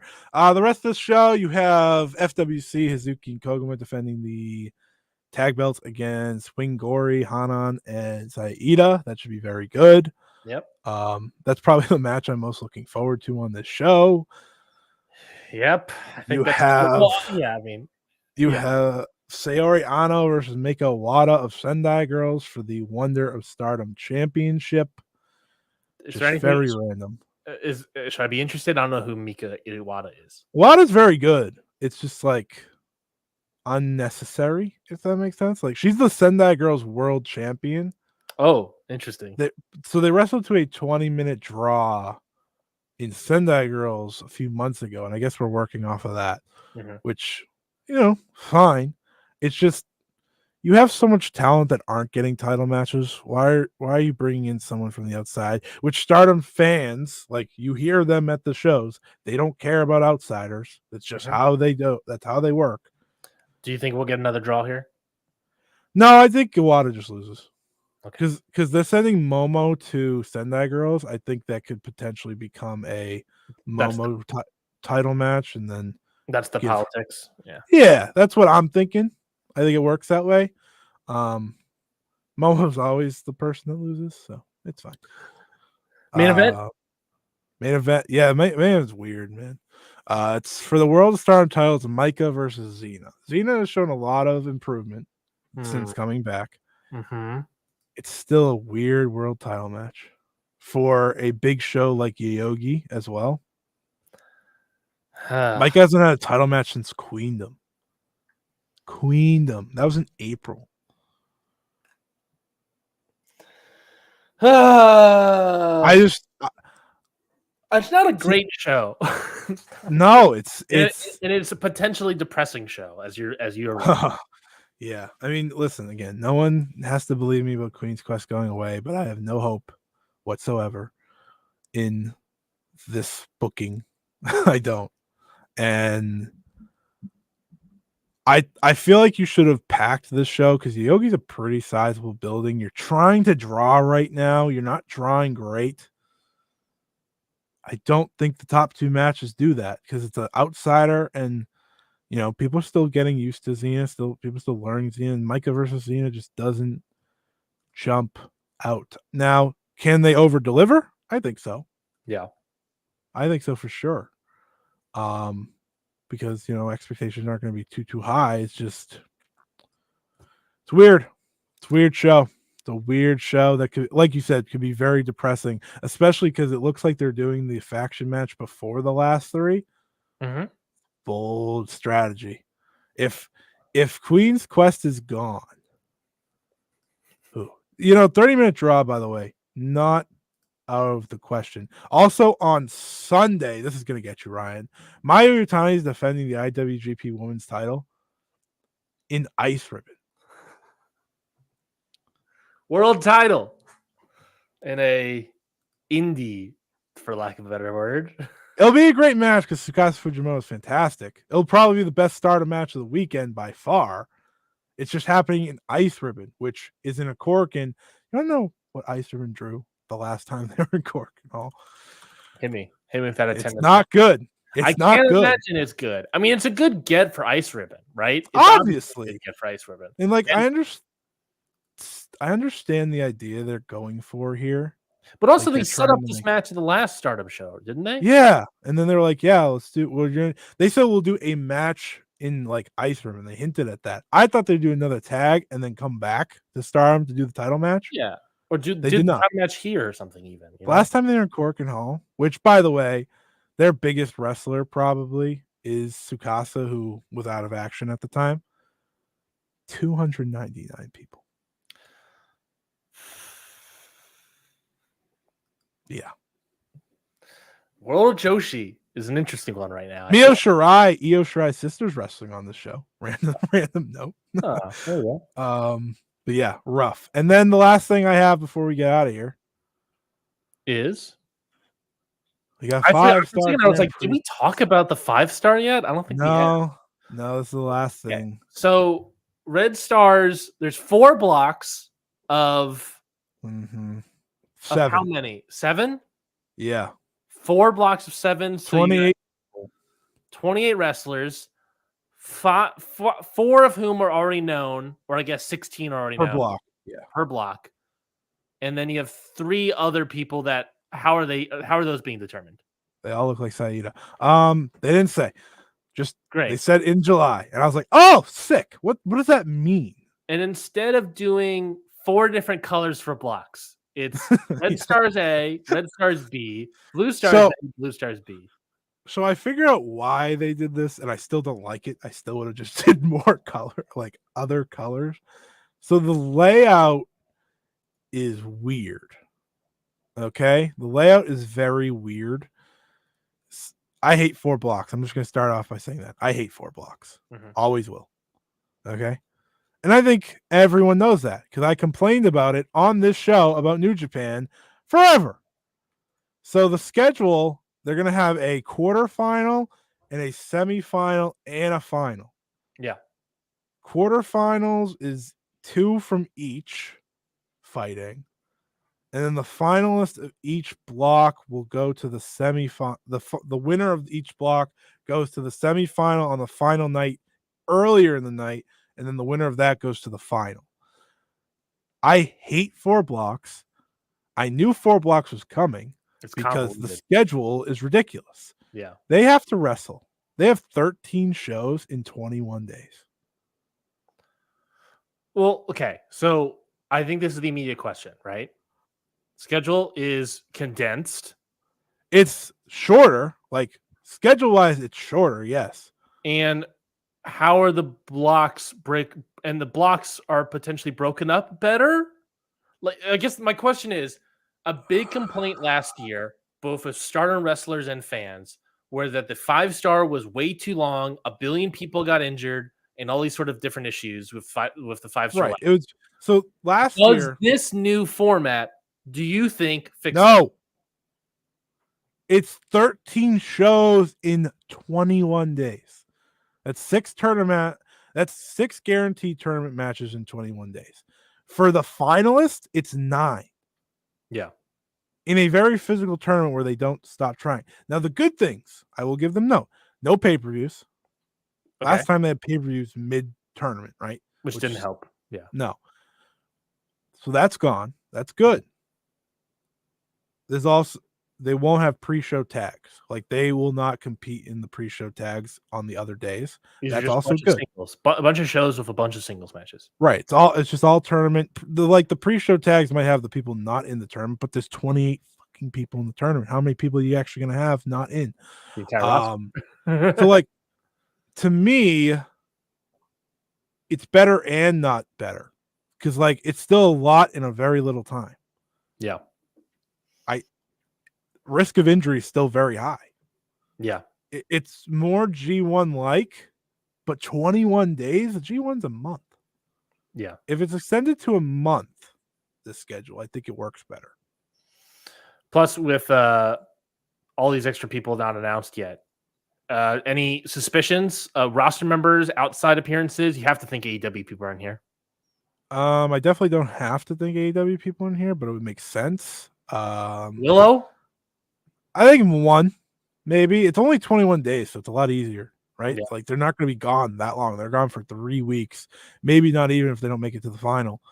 There's a lot of spots. So there's a lot of spots, so you could do 2 AEW. You could do that Willow Anna Jay stuff that people are. Yeah, so I'm gonna guess maybe 1 AEW talent and then one or 2 from their other relationships that they have in Japan. Mm-hmm. Like they're working with all these groups. They better get something. Yep. And then the rest will be roster members because they still have a lot. My favorite part of this, though, out of the 16 wrestlers that are announced, the AEW Women's World Championship Challenger was not good enough to be one of the 16. Yeah, so the Red Stars A block, Micah, who's this? Micah, Hazuki, Natsupoi.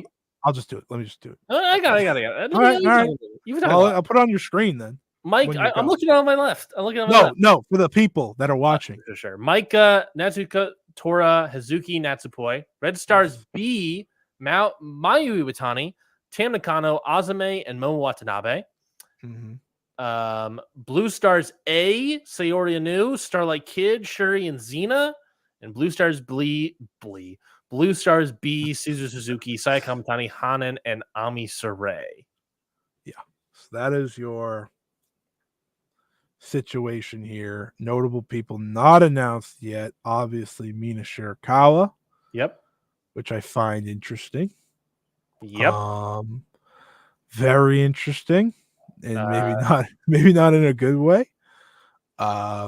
You don't have I would say Tekla, Konami, Sarah, Tekla, Konami, Wakasukiyama. Wakasukiyama. Maybe. You got me good there. I was saying it like, oh, hold on. What did he just say? Yeah, those are the big ones. Yeah, Saida. Yep. Who will be in it? She'll be in it. I don't know why they now I don't understand the hesitation unless there's like a little tournament plan, but there's fucking 12 spots. There's no need for a tournament plan. No. At all. No. Just announce them. But whatever. No, I think an AEW Ring of Honor, maybe like an AEW talent and a Ring of Honor talent goes in as 2 spots. I can see them send Billy. Yeah, Billy can work. I like Billy in there. Billy and Willow, and I think Willow makes sense. Willow makes the most sense. Yeah, so that's it. Lots going on. Stardom and New Japan are having an interesting time right now. Bushi Road. Bushiroad as a whole, interesting time. Not doing great. Not doing great. Okay, well, that is pretty much the show. We do have to update the MJF tracker real quickly. This is where we left off. Dead middle. Obviously, if you don't know, longtime fans will know. Longtime fans has 3 weeks because that's how long we've been doing it. The tracker between sports entertainment and pro wrestling. MJF, where is he today? Last Wednesday. We kind of do an AEW Dynamite preview this way, or a review this way. Last Wednesday, Roosh had a match. He had a squash match. He destroyed Dion Roosman, and then MJF came out and attacked Roosh, and then I think that was kind of it. Any thoughts? Oh, they attacked him. They brawled to the outside, brawled to the back, and then they got separated by a bunch of people. What do you think? Sports entertainment or real pure wrestling? I don't really know. I'm gonna go down. You're gonna go down? Why? With the big WWE brawl. Yeah, that's fair. I'm gonna go. You should go up so we don't have to change it. I am actually gonna go up because I like this brawl more than I like the in-ring style WWE style brawl of last week. Sure. And this time being like a brawl to the back and then going through a table and being separated by the locker room and all that stuff. I like that more this time around than sports entertainment of last week. The big one is next week. Correct. Right? It's the big wrestling match. Correct. If he's not going up, we're in danger. I'm terrified if we're not going up. If we're not going up, then Ryan might be crying during our all-in review when he has to talk about MJF versus Will Ospreay. You and I talk about all in Wembley like every once in a while, and every time we go back to Ospreay versus MJF, and you can just hear Ryan. I'm just talking to Ryan through like text on Slack, and you can just hear Ryan be like, "I don't wanna, no, don't do it," and I could just feel it happening. Though Ricochet's interesting. Ricochet could play. Might be your save. I hope to pray to God he's my save. But that's the MJF tracker. So good on MJF. You didn't move this week. Next week we'll review Start on the Conversion. I have to presume. We'll preview Forbidden Door next week. Oh, shit. And then we have whatever else is happening in the news next week. So I know what's happening. No, I don't. When's Ring of Honor? Mr. Thomas, when's Ring of Honor? Isn't there a pay-per-view coming up? Death Before Dishonor is happening. They're not until when they get into Arlington. That's when it's happening? Yeah, but I don't exactly remember I think that's like July, I want to say. Death Before Dishonor, July 26th. So we have what we're reviewing next week? What are we reviewing next week? Starting the Conversion? Mexico. Oh, that's Friday. When's the Mystico anniversary show? I don't know. I just talk about Fantastic Mania. That's the Friday show. Great. It's big. Super Viennas. Yeah, it's Hiromu and Mystico in the main event. That should be good.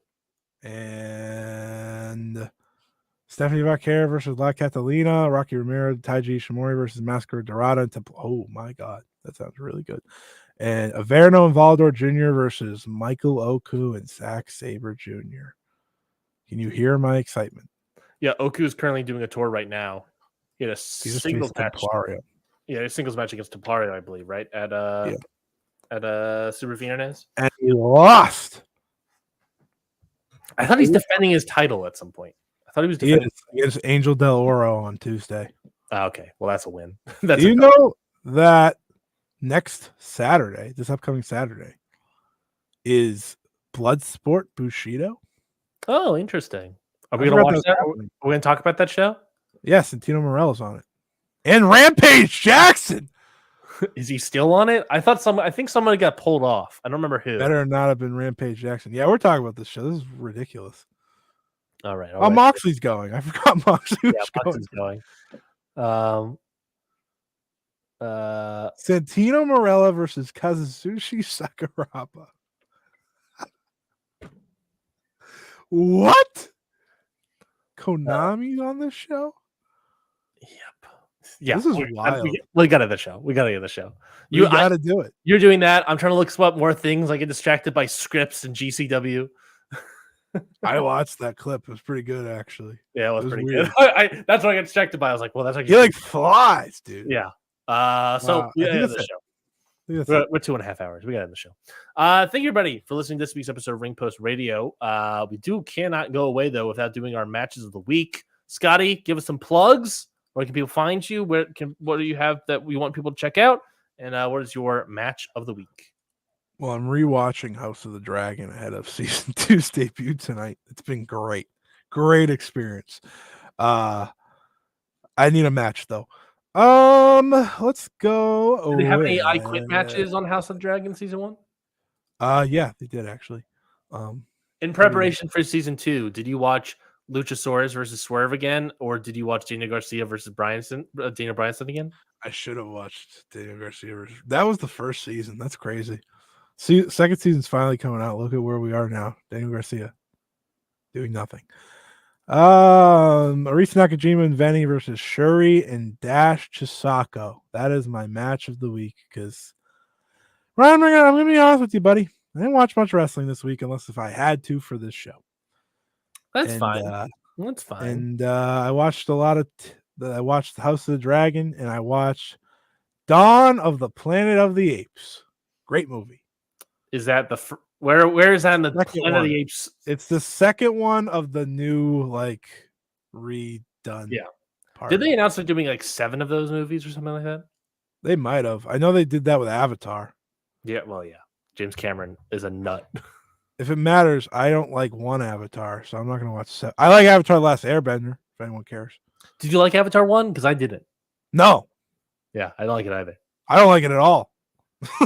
I don't know if I should see The Way of Water, but I know it's probably a hot take because people love Avatar, but people loved it, and I was like, okay, but how did you watch it? The first one, late, never, years later on TV.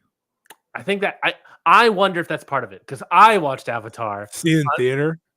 I watched Avatar 1 on the TV screen of my mother's Honda minivan. That's awesome. That might be a big part of it. I think that's what James Cameron envisioned for fans. Wait, hold on. When? It was on DVDs. It wasn't. It was shortly after it was on DVD. So. Oh, okay. So you haven't watched it in a long time. I watched it a few years ago. I was like, it already won the Oscar at that point. So it was. I said to myself, "This is the highest watched movie ever." That's crazy. No. I'm trying hot takes. Yeah. Oh no. Hot cakes. What's up? Oh no. We have a recurring segment at the end of every show now, and I don't know what to do. No. What's your match of the week? I'll get anything. My match of the week is actually will it shock Scotty? Probably. It will probably shock Scotty if I were to reckon. It is. I was trying to do some research on not research actually. I was just looking into stuff. I was trying to update some stuff in my situation here in my Google sheet because I noticed that I have in my Google sheet, Scotty. I'm going to explain this. I have this in my Google sheet where I have a Hall of Fame of workers in my Google sheet, and how you get into the Hall of Fame is you have to have 5 years consecutively of the average of 6.25 or higher. Right? 6.25. What the hell is 6.25? That's a number that I came up with. Okay. For example, people that are right around 6.25 this year is Mark Briscoe is 6.286, Volador Jr. is 6.231. That's just funny because you hate him. Let's continue. Yeah, that is the cutoff point, really. Yeah. So I noticed that Despy is 1 year away, and the year is 2020. He has 2021 to 2024 4 great years of over 6.25. In 2020, he was 5.9. And I was like, all right, let me just look up 2020 Despy matches to see if anything can get over that hump. I watched a couple.